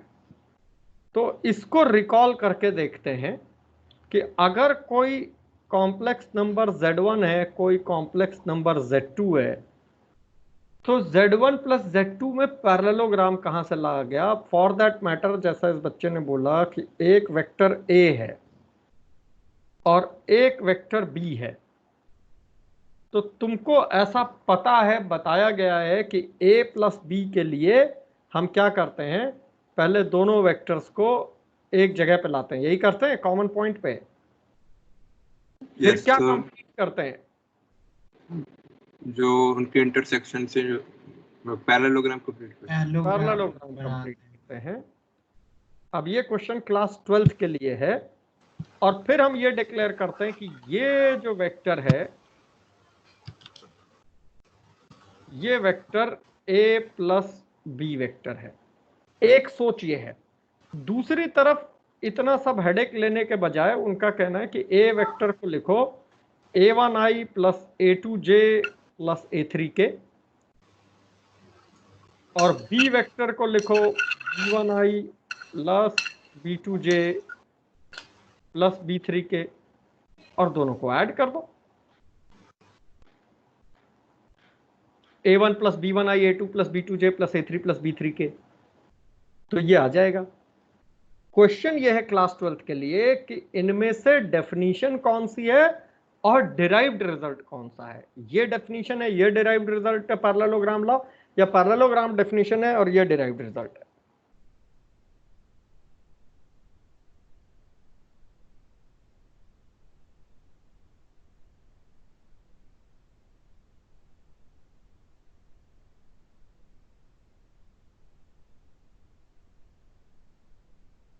यश,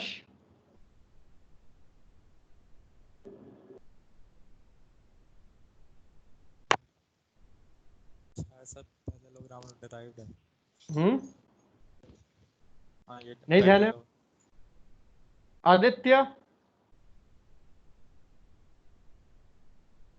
नहीं आदित्य नहीं, अमन,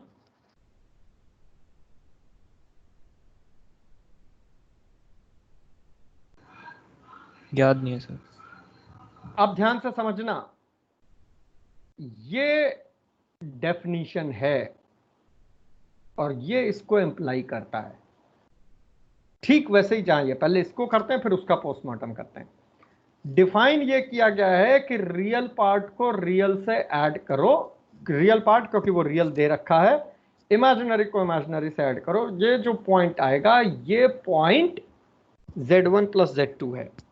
सच तो ये है कि अगर हम तुमसे कार्टेशियन कोऑर्डिनेट ज्योमेट्री के प्लेन पे बोलें कि ये सब छोड़ो, दो पॉइंट हैं, एक पॉइंट है A, B और एक पॉइंट है P, Q, और दोनों कोऑर्डिनेट प्लेन पे हैं कहीं पे, क्या तुम मुझे ज्योमेट्रिकली लोकेट करके बता सकते हो वो पॉइंट कहां मिलेगा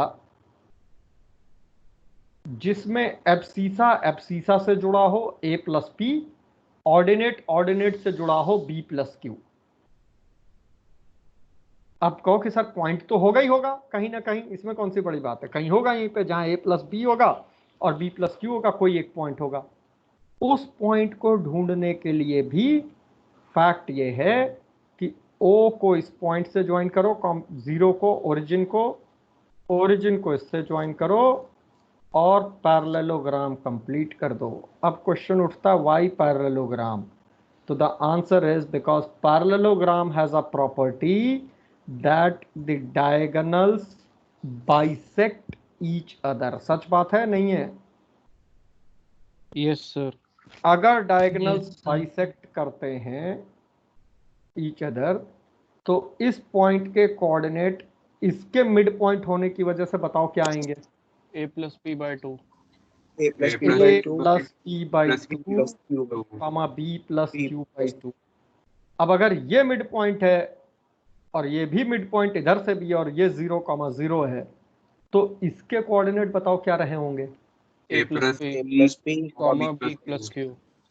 हेंस द पैरेललोग्राम लॉ कि अगर एब्सिसा से जुड़ जाए, ऑर्डिनेट से जुड़ जाए तो वो पॉइंट जो मिलेगा वो of course fourth vertex of the parallelogram होगा।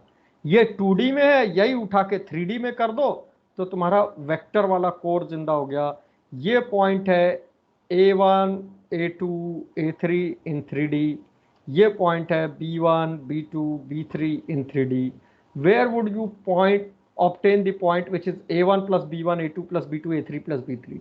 ऑफ कोर्स जब इसको लोगे बाई 3D ये मिड पॉइंट इनका हाफ आएगा, ये पॉइंट ऑफ रेफरेंस O है 0 0 0 है, तो ये वाला point A1 plus B1 A2 plus B2 A3 plus B3 होगा जो कि इधर डिफाइंड है। Hence parallelogram law of addition in vectors, hence parallelogram law of addition in complex number. तो कॉम्प्लेक्स नंबर्स में भी ज़्यादा लोड लिए बगैर एक बड़ा सिंपल सा ये है, कॉम्प्लेक्स नंबर 0 को Z1 से ज्वाइन करो, कॉम्प्लेक्स नंबर 0 को Z2 से ज्वाइन करो, ये पैरेललोग्राम कंप्लीट कर दो, ये जो पॉइंट मिलेगा ये यकीनन complex number Z1 plus Z2 रहा होगा। Is this okay? Yes sir. Yes also हमें इतना नहीं करना था, हमें सिर्फ ज्वाइन करके देखना था कि वो पॉइंट कहाँ मिलेगा, लेकिन कोऑर्डिनेट ज्योमेट्री खुद ही सजेस्ट कर रही है कि भाई एब्सिसा से जुड़ जाए, ऑर्डिनेट से जुड़ जाए, वो point fourth vertex of parallelogram मिलेगा। जब कोऑर्डिनेट में ट्रू है 2D में तो कोऑर्डिनेट में 3D में ट्रू है, कोऑर्डिनेट में 3D में ट्रू है तो वेक्टर्स में ट्रू है, वेक्टर्स में ट्रू है तो 2D में कॉम्प्लेक्स में भी ट्रू है। Hence a parallelogram law, there is nothing other than the property that the diagonals of parallelogram bisect each other. इसी को यूज करके ये एस्टैब्लिश किया है that the fourth complex number would represent complex number Z1 plus Z2। कोई doubt, query? No sir. ठीक है ना? तो हमारा एक कॉम्प्लेक्स नंबर का एडिशन का लॉजिक डेवलप हुआ। यहीं लगे हाथ सब्सट्रैक्शन का भी डेवलप कर लेते हैं 2 मिनट में। अक्षिता, सब्सट्रैक्शन कैसे करेंगे कॉम्प्लेक्स नंबर में, डायग्राम में, आर्गेंट प्लेन में?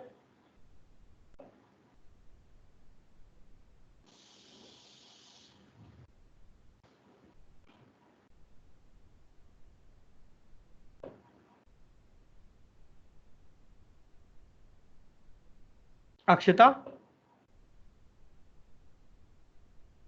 एक कॉम्प्लेक्स नंबर है Z1, एक कॉम्प्लेक्स नंबर है Z2। किसी ने इच्छा जाहिर की कि मुझे Z1 माइनस Z2 दिखा दो। टेक्निकली तो A minus C plus iota times B minus D, ये जो कॉम्प्लेक्स नंबर होगा subject to condition ABCD real number है, पॉइंट है तो आएगा। बट इतना करने की ज़रूरत नहीं है। अगर ये कॉम्प्लेक्स नंबर 0 है और ये कॉम्प्लेक्स नंबर Z2 है तो Z2 की मिरर इमेज अबाउट 0 निकाल लो, रिफ्लेक्शन। ये जो कॉम्प्लेक्स नंबर आएगा ये पक्का माइनस Z2 हो जाएगा। क्यों? सर क्योंकि x और y दोनों कोऑर्डिनेट्स इसके नेगेटिव कर ये अल्फा कॉमा ये C कॉमा D है, तो ये of course minus c comma minus d हो जाएगा, इसमें क्या सोचना, मिड पॉइंट इज 0 आ गया। अब जो तुम प्लस Z1 प्लस Z2 का पैरेललोग्राम वाला फंडा लगा रहे थे, वो Z1 और Z2 पे लगाने के बजाय Z1 और माइनस Z2 पे लगा दो। Z1 plus minus Z2 is obviously Z1 minus Z2। Sir इसमें ट्रायंगल वाला भी था ना जो आपने कराया था कि सीधा Z1 में से Z2 ले बस जाएंगे अभी अगर। आ ही रहे हैं, उसी पे करा रहे हैं। करना यही है कोर में कि Z1 माइनस Z2 में माइनस Z2 के साथ ये यहां लगा दो। Z2 माइनस Z1 कोई पूछे तो पहले Z1 को Z1 पे रिफ्लेक्ट कर दो 0 पे, ये माइनस Z1 आ जाएगा, फिर इसका पैरेललोग्राम कंप्लीट कर दो, तो अब जो रिजल्ट आएगा वो Z2 माइनस Z1 हो जाएगा। गौर से देखो, Z1 माइनस Z2 और Z2 माइनस Z1 खुद एक दूसरे के रिफ्लेक्शन होंगे ऑब्वियसली, क्योंकि माइनस टाइम्स है। तो कॉम्प्लेक्स नंबर में addition and subtraction of complex numbers ऐसे किया जा सकता है, लेकिन ऐसा करने के लिए इतनी मेहनत नहीं की है। मेहनत तो उस प्रॉपर्टी के लिए की है जिसको डिराइव करना है। आप ध्यान से समझना, अगर ये Z1 माइनस Z2 है, सर कॉन्जुगेट से ऐड कर सकते हैं। हाँ, लेकिन अभी कॉन्जुगेट पिक्चर में आएगा नहीं ना, अभी तो हम सीधे Z1 plus Z2 Z1 minus Z2 ढूंढ रहे हैं। ठीक है। और हमने ये पैरेललोग्राम कंप्लीट किया है। पैरेललोग्राम का मतलब opposite sides are equal and parallel. अब ये तो एक्सटेंडेड साइड थी, तो ये वाली साइड जब इसके पैरेलल है तो इसके भी पैरेलल हो गई, ये तो कंटिन्यूड है। और ये साइड अगर इसके बराबर है तो ये तो ऑटोमेटिकली इसके भी बराबर हो गई, क्योंकि ये तो इसी का मिरर इमेज थी Z2 एंड माइनस Z2। तो जिस वक्त तुमने एक पैरेललोग्राम इधर कंप्लीट किया, गौर से देखो, एक पैरेललोग्राम ऑटोमेटिकली इधर भी कंप्लीट हो गया। Am I right? Yes sir. Yes, sir. This would indicate कि जिसे हम कॉम्प्लेक्स नंबर में सर एक ये बार लेबल कर दो कौन से पैरेललोग्राम। जिस वक्त हमने ये कॉम्प्लेक्स नंबर बनाया,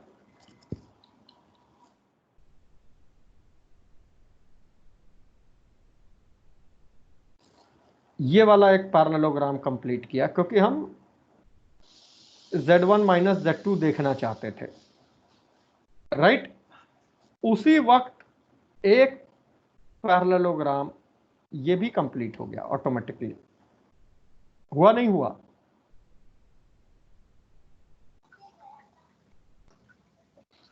यस सर। ऐसा इसलिए हुआ क्योंकि ये पैरेलल और इक्वल थे, ये भी पैरेलल और इक्वल थे। उस हिसाब से ये जो डिस्टेंस है ये कहलाएगी distance of complex number Z1 minus Z2 from complex number 0, that is modulus of Z1 minus Z2। और गौर से देखो तो वो डिस्टेंस इस डिस्टेंस के बराबर है। तो हमें यहां से एक सुपर सक्सेस फॉर्मूला मिल गया कि दो कॉम्प्लेक्स नंबर Z1 और Z2 के बीच की distance can be written as modulus of Z1 minus Z2। Although ना ये Z1 है, ये Z2, ना ये Z1 माइनस Z2, ना ये Z1 माइनस Z2 है। Z1 माइनस Z2 ये कॉम्प्लेक्स नंबर है, लेकिन जितनी डिस्टेंस पे वो होगा 0 से, वही डिस्टेंस एग्जैक्टली दोनों के बीच में होगी। तो हम यहां से डिस्टेंस का फॉर्मूला ले लेते हैं। Distance between two complex number Z1 and Z2 is given to be modulus of Z1 minus Z2.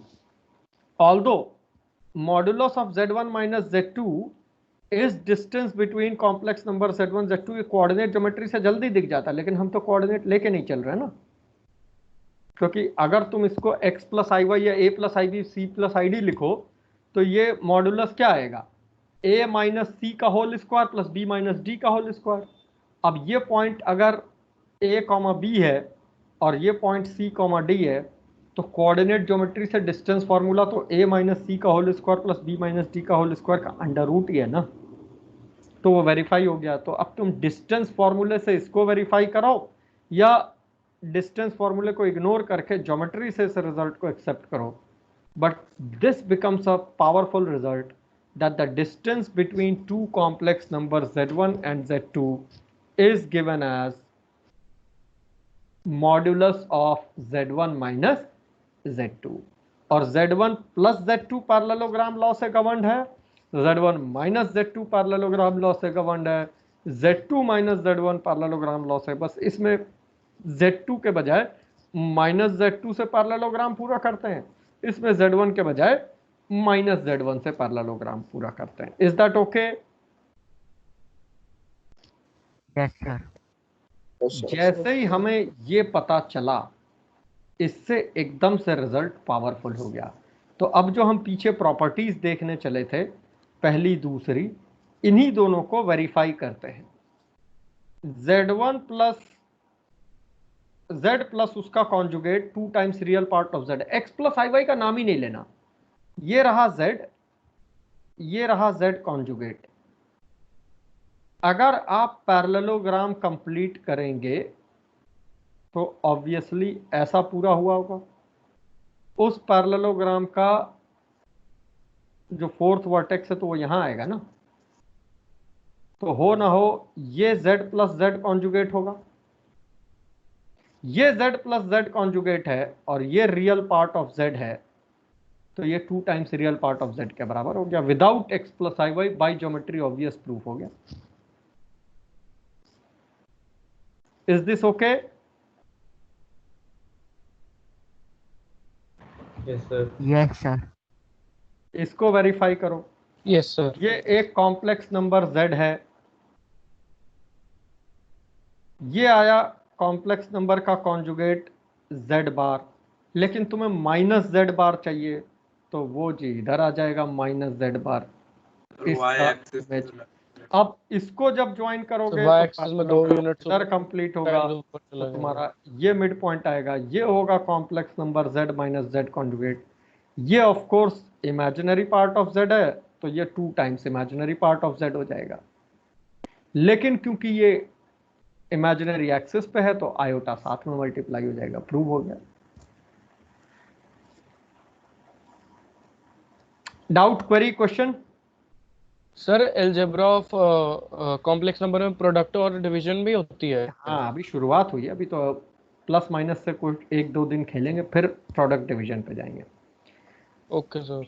अब इस फैक्ट को यूज करके हम और प्रॉपर्टीज बनाना शुरू कर देते हैं.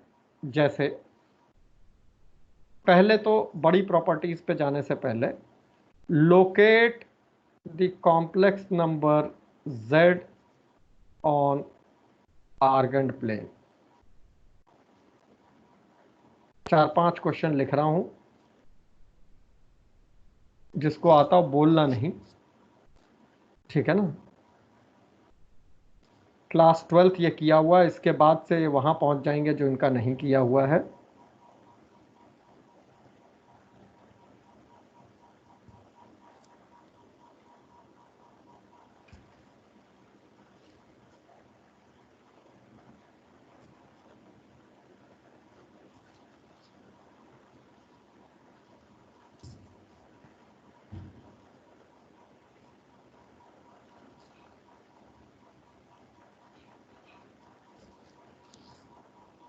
चलो, तुम्हें लोकेट करना है, मतलब आइडेंटिफाई करना है क्या बनेगा, कहां क्या होगा, कैसा दिखेगा, without using x plus i y at any point.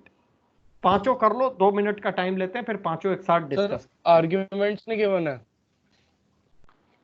क्या चीज, फिर से बोलना. सर आर्ग्यूमेंट नहीं गिवन है इनके? कुछ नहीं, जो दिया बस यही दिया हुआ है. हम तुम्हें दिखाएंगे x प्लस आई वाई वाला कार्टेशियन का तरीका, और उससे better without x plus i y का भी तरीका. बट पहले एक नजर पूरा देख जाओ इसको, 2 मिनट का टाइम लेके.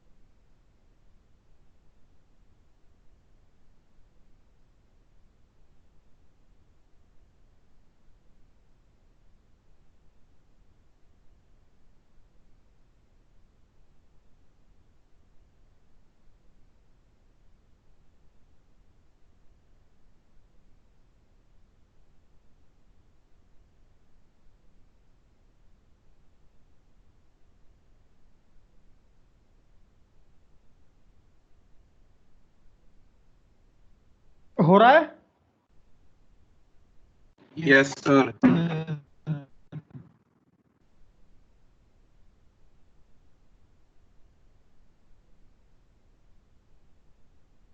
चलो 12th क्लास से शुरू करते हैं, एक एक एक एक एक एक करके पूछते चलते हैं।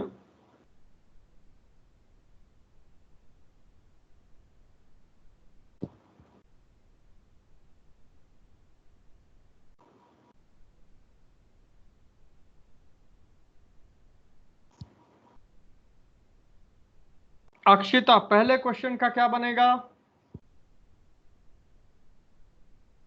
Sir, circle with radius 3. Centre? Sir, 0. Complex number 0. Complex number 0, sir नहीं 0।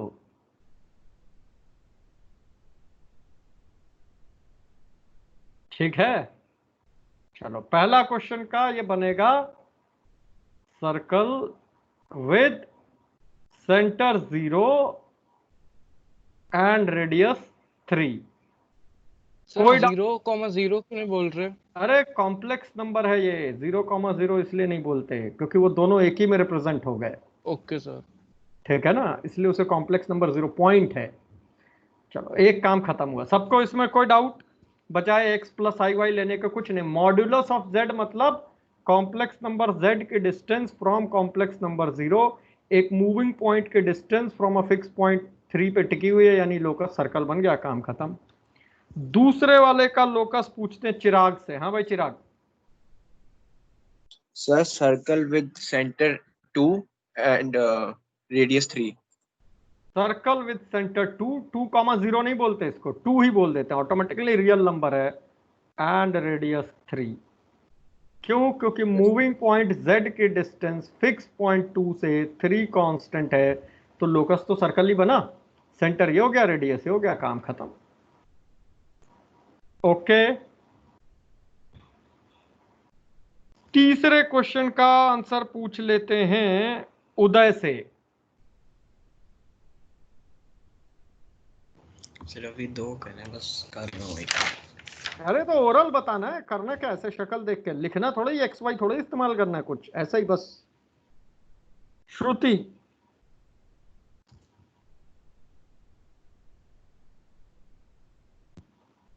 Third question.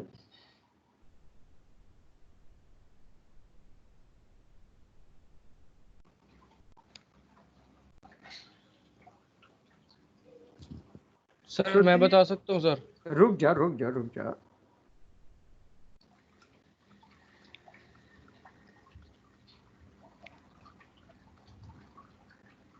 मृदुल,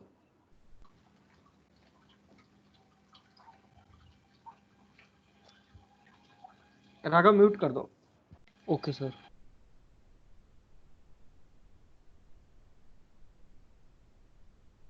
हाँ मृदुल।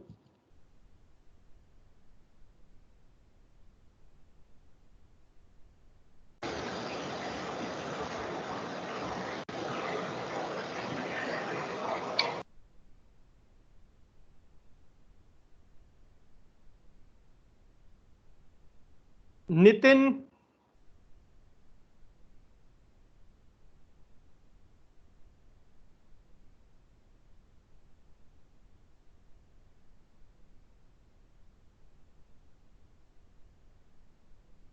अमन श्रीवास्तव,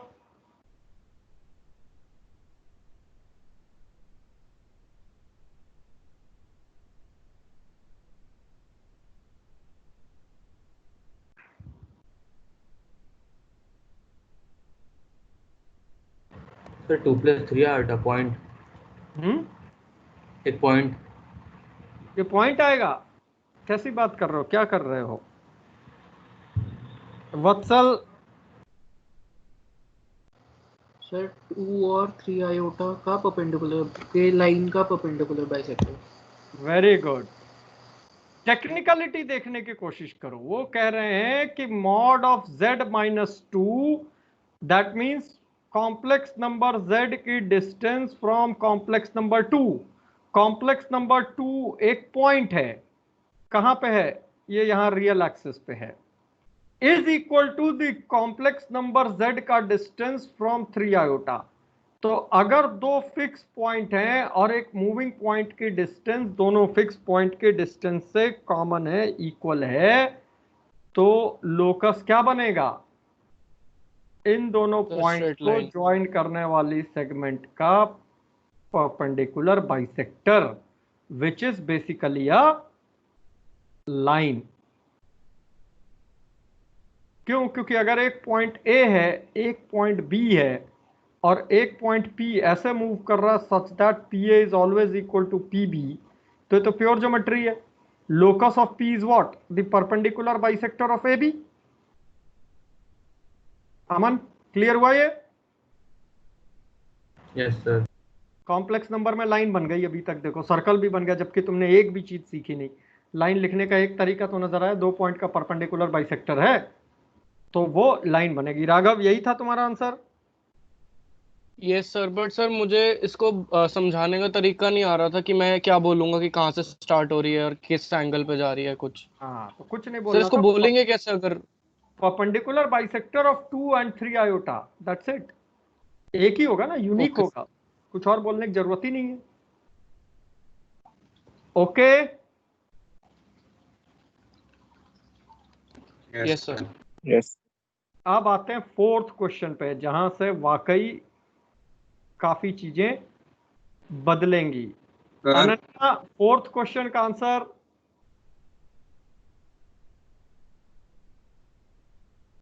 सर पॉइंट होगा ना?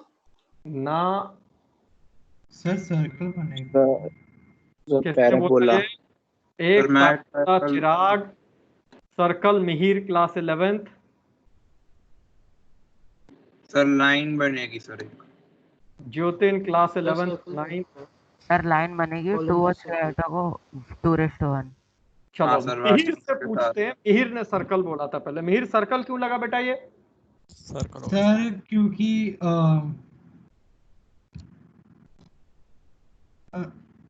सर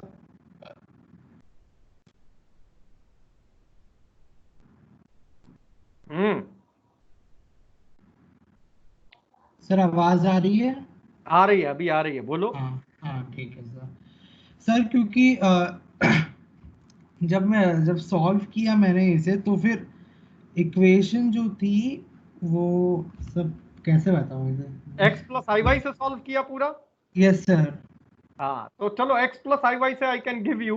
क्लास 11th में तुमने सर्कल निकाला, बट आईआईटी एक्सपेक्ट करती कि तुम इतना सब किए बगैर ओरली इसको पहचानो कि ये सर्कल है। अब ध्यान से पहचानना, एक पॉइंट A है और एक पॉइंट B है और एक पॉइंट P मूव कर रहा है सच दैट PA अपॉन PB का जो रेशियो है वो K है। PS to PB का रेशियो क्या है? फिक्स है, K:1 है, तो K:1 को हम K ही लिख लेते हैं। लोकस ऑफ P क्या बनेगा?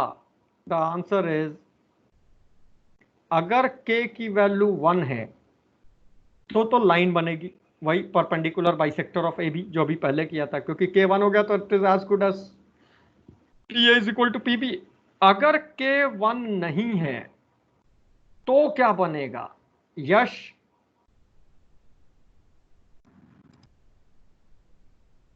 सर्कल भी बन सकता, सर्कल बनाया था। कौन सा सर्कल? कोई नाम है उसका पॉपुलर? सर हाँ, अब बता देता हूँ। एलिप्स बनेगा। नहीं बनेगा तो बेटा सर्कल। क्वेश्चन ये है कि क्या उस सर्कल का कोई पॉपुलर नाम है? क्या तुम पहले उस सर्कल से मिल चुके हो? वत्सल, क्या नाम है सर्कल का? Sir Apollonius circle. Apollonius circle. अब ध्यान से समझना, हम मान लेते हैं कि K की वैल्यू 1 नहीं है तो ये सर्कल क्यों बनेगा, और ये ध्यान रखना जेई ने एक बार नहीं दो बार इसको क्वेश्चन में यूज किया है। उनका कहना यह है कि AB सेगमेंट पे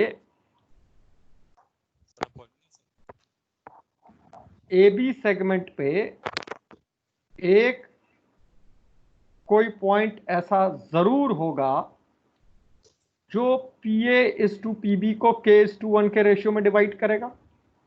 ये वाला P तुम्हारा इस लोकस का हिस्सा है। मान लो ये A जो है ये 2 है और मान लो ये 3 आयोटा है।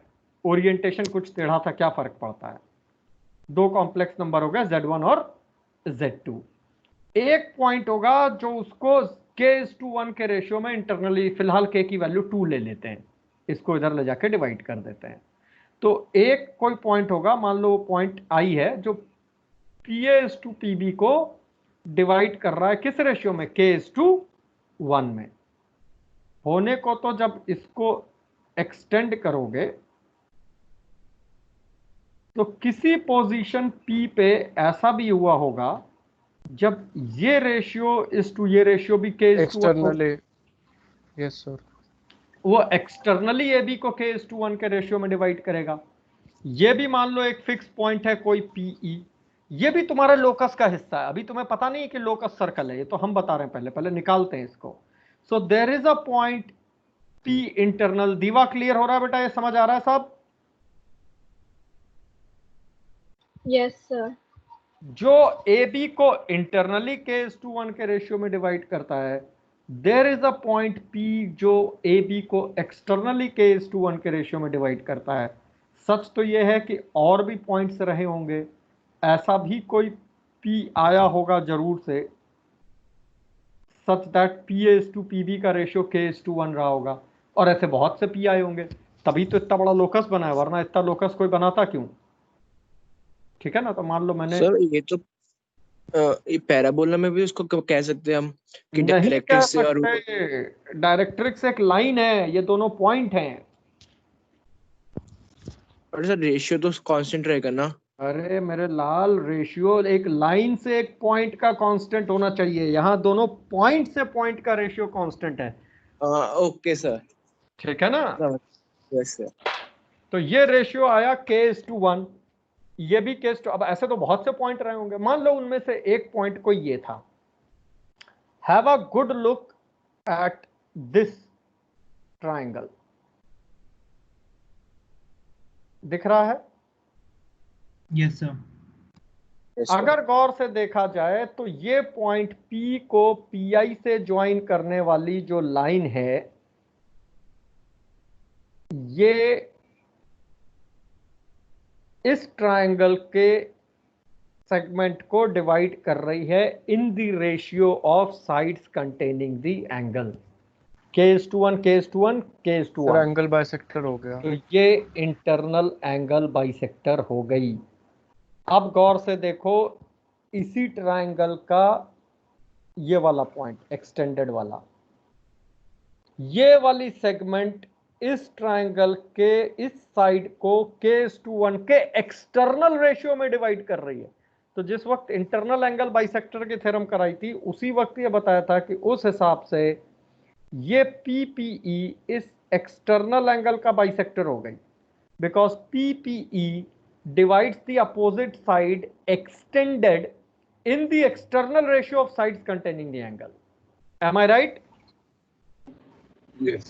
अब ये तो पूरा एक कंप्लीट एंगल है, ये इसका इंटरनल एंगल का बाइसेक्टर और ये एक्सटर्नल एंगल का बाइसेक्टर, तो दोनों बाइसेक्टर्स के बीच में एंगल कितना आएगा? 90 डिग्री, 90 डिग्री। दैट मीन्स ये फिक्स पॉइंट और ये फिक्स पॉइंट इस पॉइंट पे हमेशा 90 डिग्री सबटेंड करेंगे। तुम एक दूसरा पॉइंट ले लो, एक तीसरा ले लो, और अगर ऐसा है तो लोकस बनेगा circle with PPE as diameter, याद है? और इस सर्कल को कहते हैं अपोलोनियस सर्कल। सर आपने कराया था ओलंपियाड क्लास में। हाँ, तो यहाँ अब जानना जरूरी है, इसको कहते हैं अपोलोनियस सर्कल। एक कि ये सर्कल बनेगा अगर k की वैल्यू 1 नहीं है। कौन सा सर्कल? PI और PE का डायमीट्रिक सर्कल। PI कौन है? AB को इंटरनल रेशियो k:1 में डिवाइड करे। PE कौन है? AB को एक्सटर्नल रेशियो k:1 में डिवाइड करे। लॉजिक, ये ट्रायंगल का इंटरनल एंगल बाइसेक्टर, ये उसी ट्रायंगल के एक्सटेंडेड एंगल का एक्सटर्नल एंगल बाइसेक्टर, आपस का एंगल 90। अब ऐसे सारे 90 वाले पॉइंट्स लोगे तो इसके डायमीट्रिक सर्कल पे लाई करेंगे, डायग्राम इधर की बजाय उधर पलट दो तो वो इस तरफ आ जाएगा। Hence this is a circle. और तुम्हारी जानकारी के लिए IIT ने सिर्फ ये नहीं प्रूव करवाया सर्कल है, उन्होंने तो 2004 में क्वेश्चन शुरू यहीं से किया। z माइनस z1 का mod is equal to k times z minus z2 का mod, k is not equal to 1। Find the radius and center of circle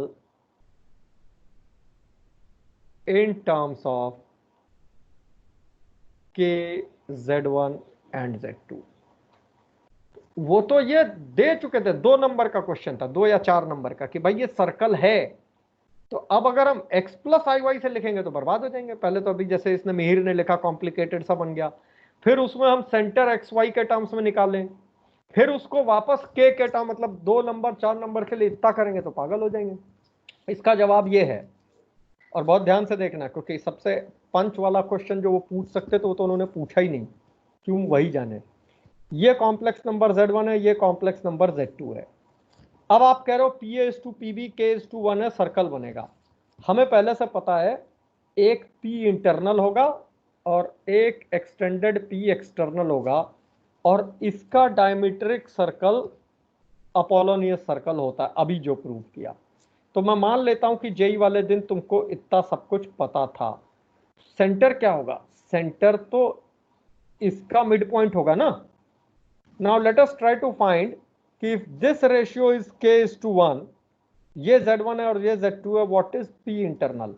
अभी फॉर टाइम बीइंग हम सेक्शन फॉर्मूला मान लेते हैं, ग्रांटेड अप्लाइड है, क्योंकि ये x1 y1 है, x2 y2 है, तो उस पे हो जाएगा। ऑल्दो सेक्शन फॉर्मूला भी हम बगैर xy के प्रूव कर देंगे, बट अगर उस हिसाब से देखो तो ये कॉम्प्लेक्स नंबर हो जाएगा k z2 plus z1 upon k plus 1। Sir इसमें जो हम कर रहे हैं ये सारा उसमें ही होगा, मतलब रियल पार्ट को अलग करेंगे और इमेजिनरी पार्ट को मतलब अलग इसको करेंगे। रियल को लिखते तो x आता, इमेजिनरी को लिखते y आता, फिर ओके उनको सर, ऐड करते तो वो डिनोमिनेटर कांस्टेंट होता, न्यूमरेटर जुड़ जाता।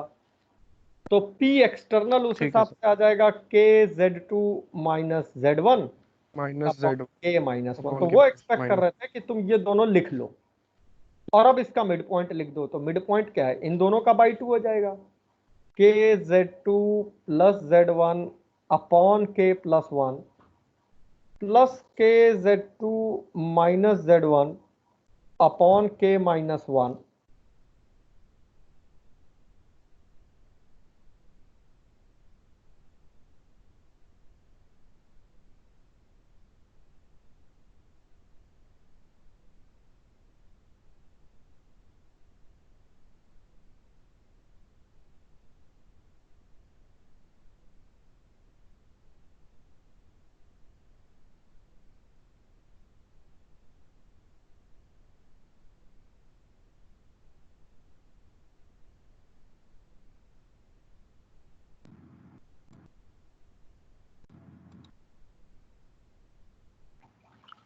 सर आपकी वीडियो फ्रीज हो गई है सर शायद। आपकी ऑडियो नहीं आ रही।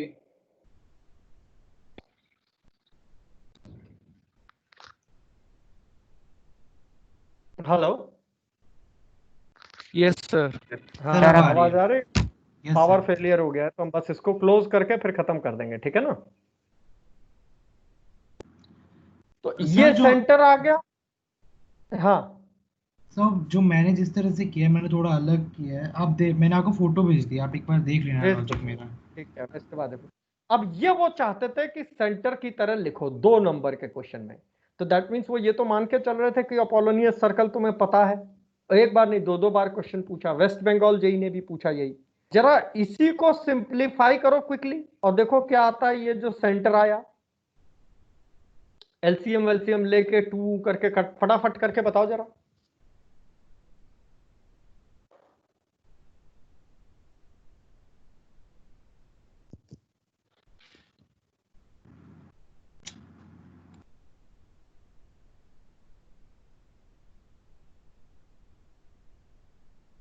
क्लास 12th एलसीएम लेके क्विकली निकालो इसको, क्या आ रहा है?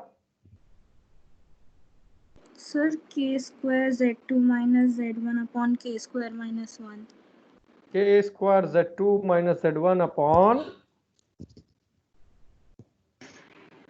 k square minus 1.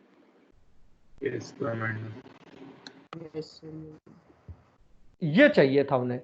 अब अगर तुम गौर से देखो इस आंसर को तो वो ये भी पूछ सकते थे कि ये सेंटर के स्क्वायर बाहर है सर पूरे में। सर के स्क्वायर मतलब z2 माइनस z1 ब्रैकेट में। नहीं नहीं यही आएगा, वो कैलकुलेशन मिस्टेक है तुम्हारा। k square z2 minus 1 times z1 upon k square minus 1, that means आने वाला सेंटर AB को externally k square is to 1 के रेशियो में डिवाइड कर रहा है। और ये कॉम्प्लेक्स नंबर से ऑब्वियस दिखने लगा, जो कि शायद ज्योमेट्री से बड़ा मुश्किल होता कि अपोलोनियस सर्कल का सेंटर, गौर से देखो पीछे अपोलोनियस सर्कल तो प्रूव करके आए हो, लेकिन क्या ये तुम्हें दिख रहा है कि ये वाला सेंटर इस सेगमेंट को केस, अब अगर मैं कह दूं प्रूव करो तो एक बार की फिर भी ज्योमेट्री से लोग ट्राई कर लेंगे। आवाज आ रही मेरी? यस सर, ब्रेक हो रही है। हाँ जी सर आ रही है सर। ठीक है ना, तो ये तो एक बार फिर भी मुमकिन है कि ऐसा हो जाएगा ज्योमेट्री जान, लेकिन जब तक ज्योमेट्री दिखे ना तब तक तो किसी को पता नहीं था ना। तो complex number has the power कि वो ज्योमेट्री का फ्यूचर रिजल्ट तुम्हें ओरली दिखाए कि देखो ये ऐसा होने वाला है, प्रूव करो ज्योमेट्री से। सो द अपोलोनियस सर्कल का centre divides the segment AB externally in the ratio k square is to 1, proved courtesy complex number, can be proved with geometry, but geometry से पहले दिखा तो नहीं, दिखा तो पहली बार इसी के साथ ही। तो ये ध्यान रखना कि यहां तक की ज्योमेट्री और इस तरह के क्वेश्चन जेई एक्सेप्ट करके चलती है। What is the radius, mod PI minus PE निकाल लो, इन दोनों का डिफरेंस बाई 2 कर दो, क्योंकि ये डायमीटर है तो इसका आधा रेडियस हो जाएगा। अब घर पे इस पर ट्राई करना, वर्किंग करना। आज कॉम्प्लेक्स नंबर है, कल conic section, parabola, ellipse, hyperbola की क्लास होगी। वो जिनका छूट गया था प्रशांत विहार वालों का, द्वारका वाले चाहेंगे तो वो भी अटेंड कर लेंगे। जनरल प्रॉपर्टीज से शुरू करेंगे। 11th क्लास को उसमें भी जाने की कोई जरूरत नहीं, क्योंकि उनका तो अभी सर्कल ही नहीं हुआ है, तो they will take time to reach that level. परसों फिर कॉम्प्लेक्स नंबर होगी। कॉम्प्लेक्स नंबर इंडिपेंडेंट चैप्टर है। 11th class can happily go ahead with the chapter this. 11th class अगर कल की क्लास में आ जाती कॉनिक में तो I will not deny that कि बाहर कर देंगे, बट सर्कल बीच में मिसिंग है, इस वजह से कह रहे हैं। Okay sir. हाँ सर इसको हम आपने बोला ना ज्योमेट्रिकली पॉसिबल है, तो उसको स्टार्ट कैसे करेंगे? आवाज नहीं मतलब कि सर आपने बोला ना कि नहीं, मुझे ज्योमेट्रिकली कोई पॉसिबल है। हाँ ज्योमेट्रिकल इम्पॉसिबल तो कुछ नहीं होता ज्योमेट्री में, लेकिन अब इसका कोई आइडिया नहीं है। हो सकता है इससे जो इसके पैरेलल एक लाइन ड्रॉ करेंगे। हाँ नहीं मतलब I will also have to sir कैसे होगा, क्वेश्चन छोटा नहीं है ये वाला। सर कोऑर्डिनेट ज्योमेट्री से नहीं हो जाएगा? कोऑर्डिनेट और कॉम्प्लेक्स पैरेलल, एक चीज ध्यान से समझना सारे लोग, any problem which is of 2 dimensional geometry can be solved with coordinate,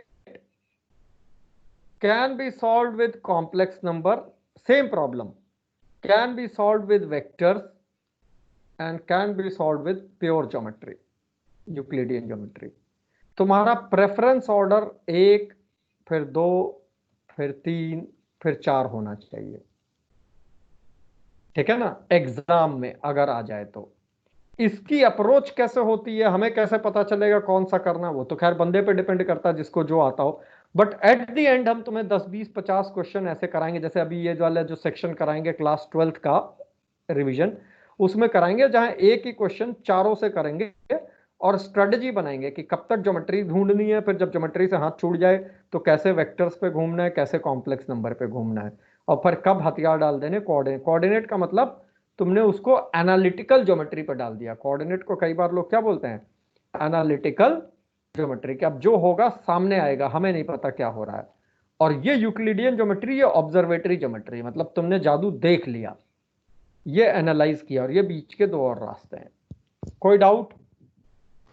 sir हमारा वेक्टर होगा कब फिर इसमें, वही बच वेक्टर 12th में है, आफ्टर फेज 5 में है वेक्टर 3D, कैलकुलस खत्म होने के बाद होगा। Okay sir. मतलब हमने वेक्टर्स में जो फिजिक्स में वेक्टर सर ने पढ़ाया ना, उसके बियॉन्ड पढ़ाना शुरू करना है। जैसे अभी ये डेवलप किया एडिशन ऑफ वेक्टर, उस तरह से शुरू करना है। तो हम पहले 3D पढ़ाएंगे फिर वेक्टर पढ़ाएंगे। कोई डाउट, क्वेरी, क्वेश्चन? ठीक है। अब डेली 12:30 बजे एक क्लास लगाएंगे, जैसे आज करिए, डेली करते चलो तो कुछ पूरा हो जाएगा। जब हमारा होने लगेगा तब हम फिजिक्स केमिस्ट्री को हैंड ओवर कर देंगे। बंद कर दें? कोई और क्वेश्चन, क्वेरी? ठीक है, okay sir, thank you sir. Thank you, sir. Thank you sir. Thank you sir. Thank you, sir. Thank you sir. Thank you sir. Bye Thank you, sir. Thank you sir. Bye. Thank you sir.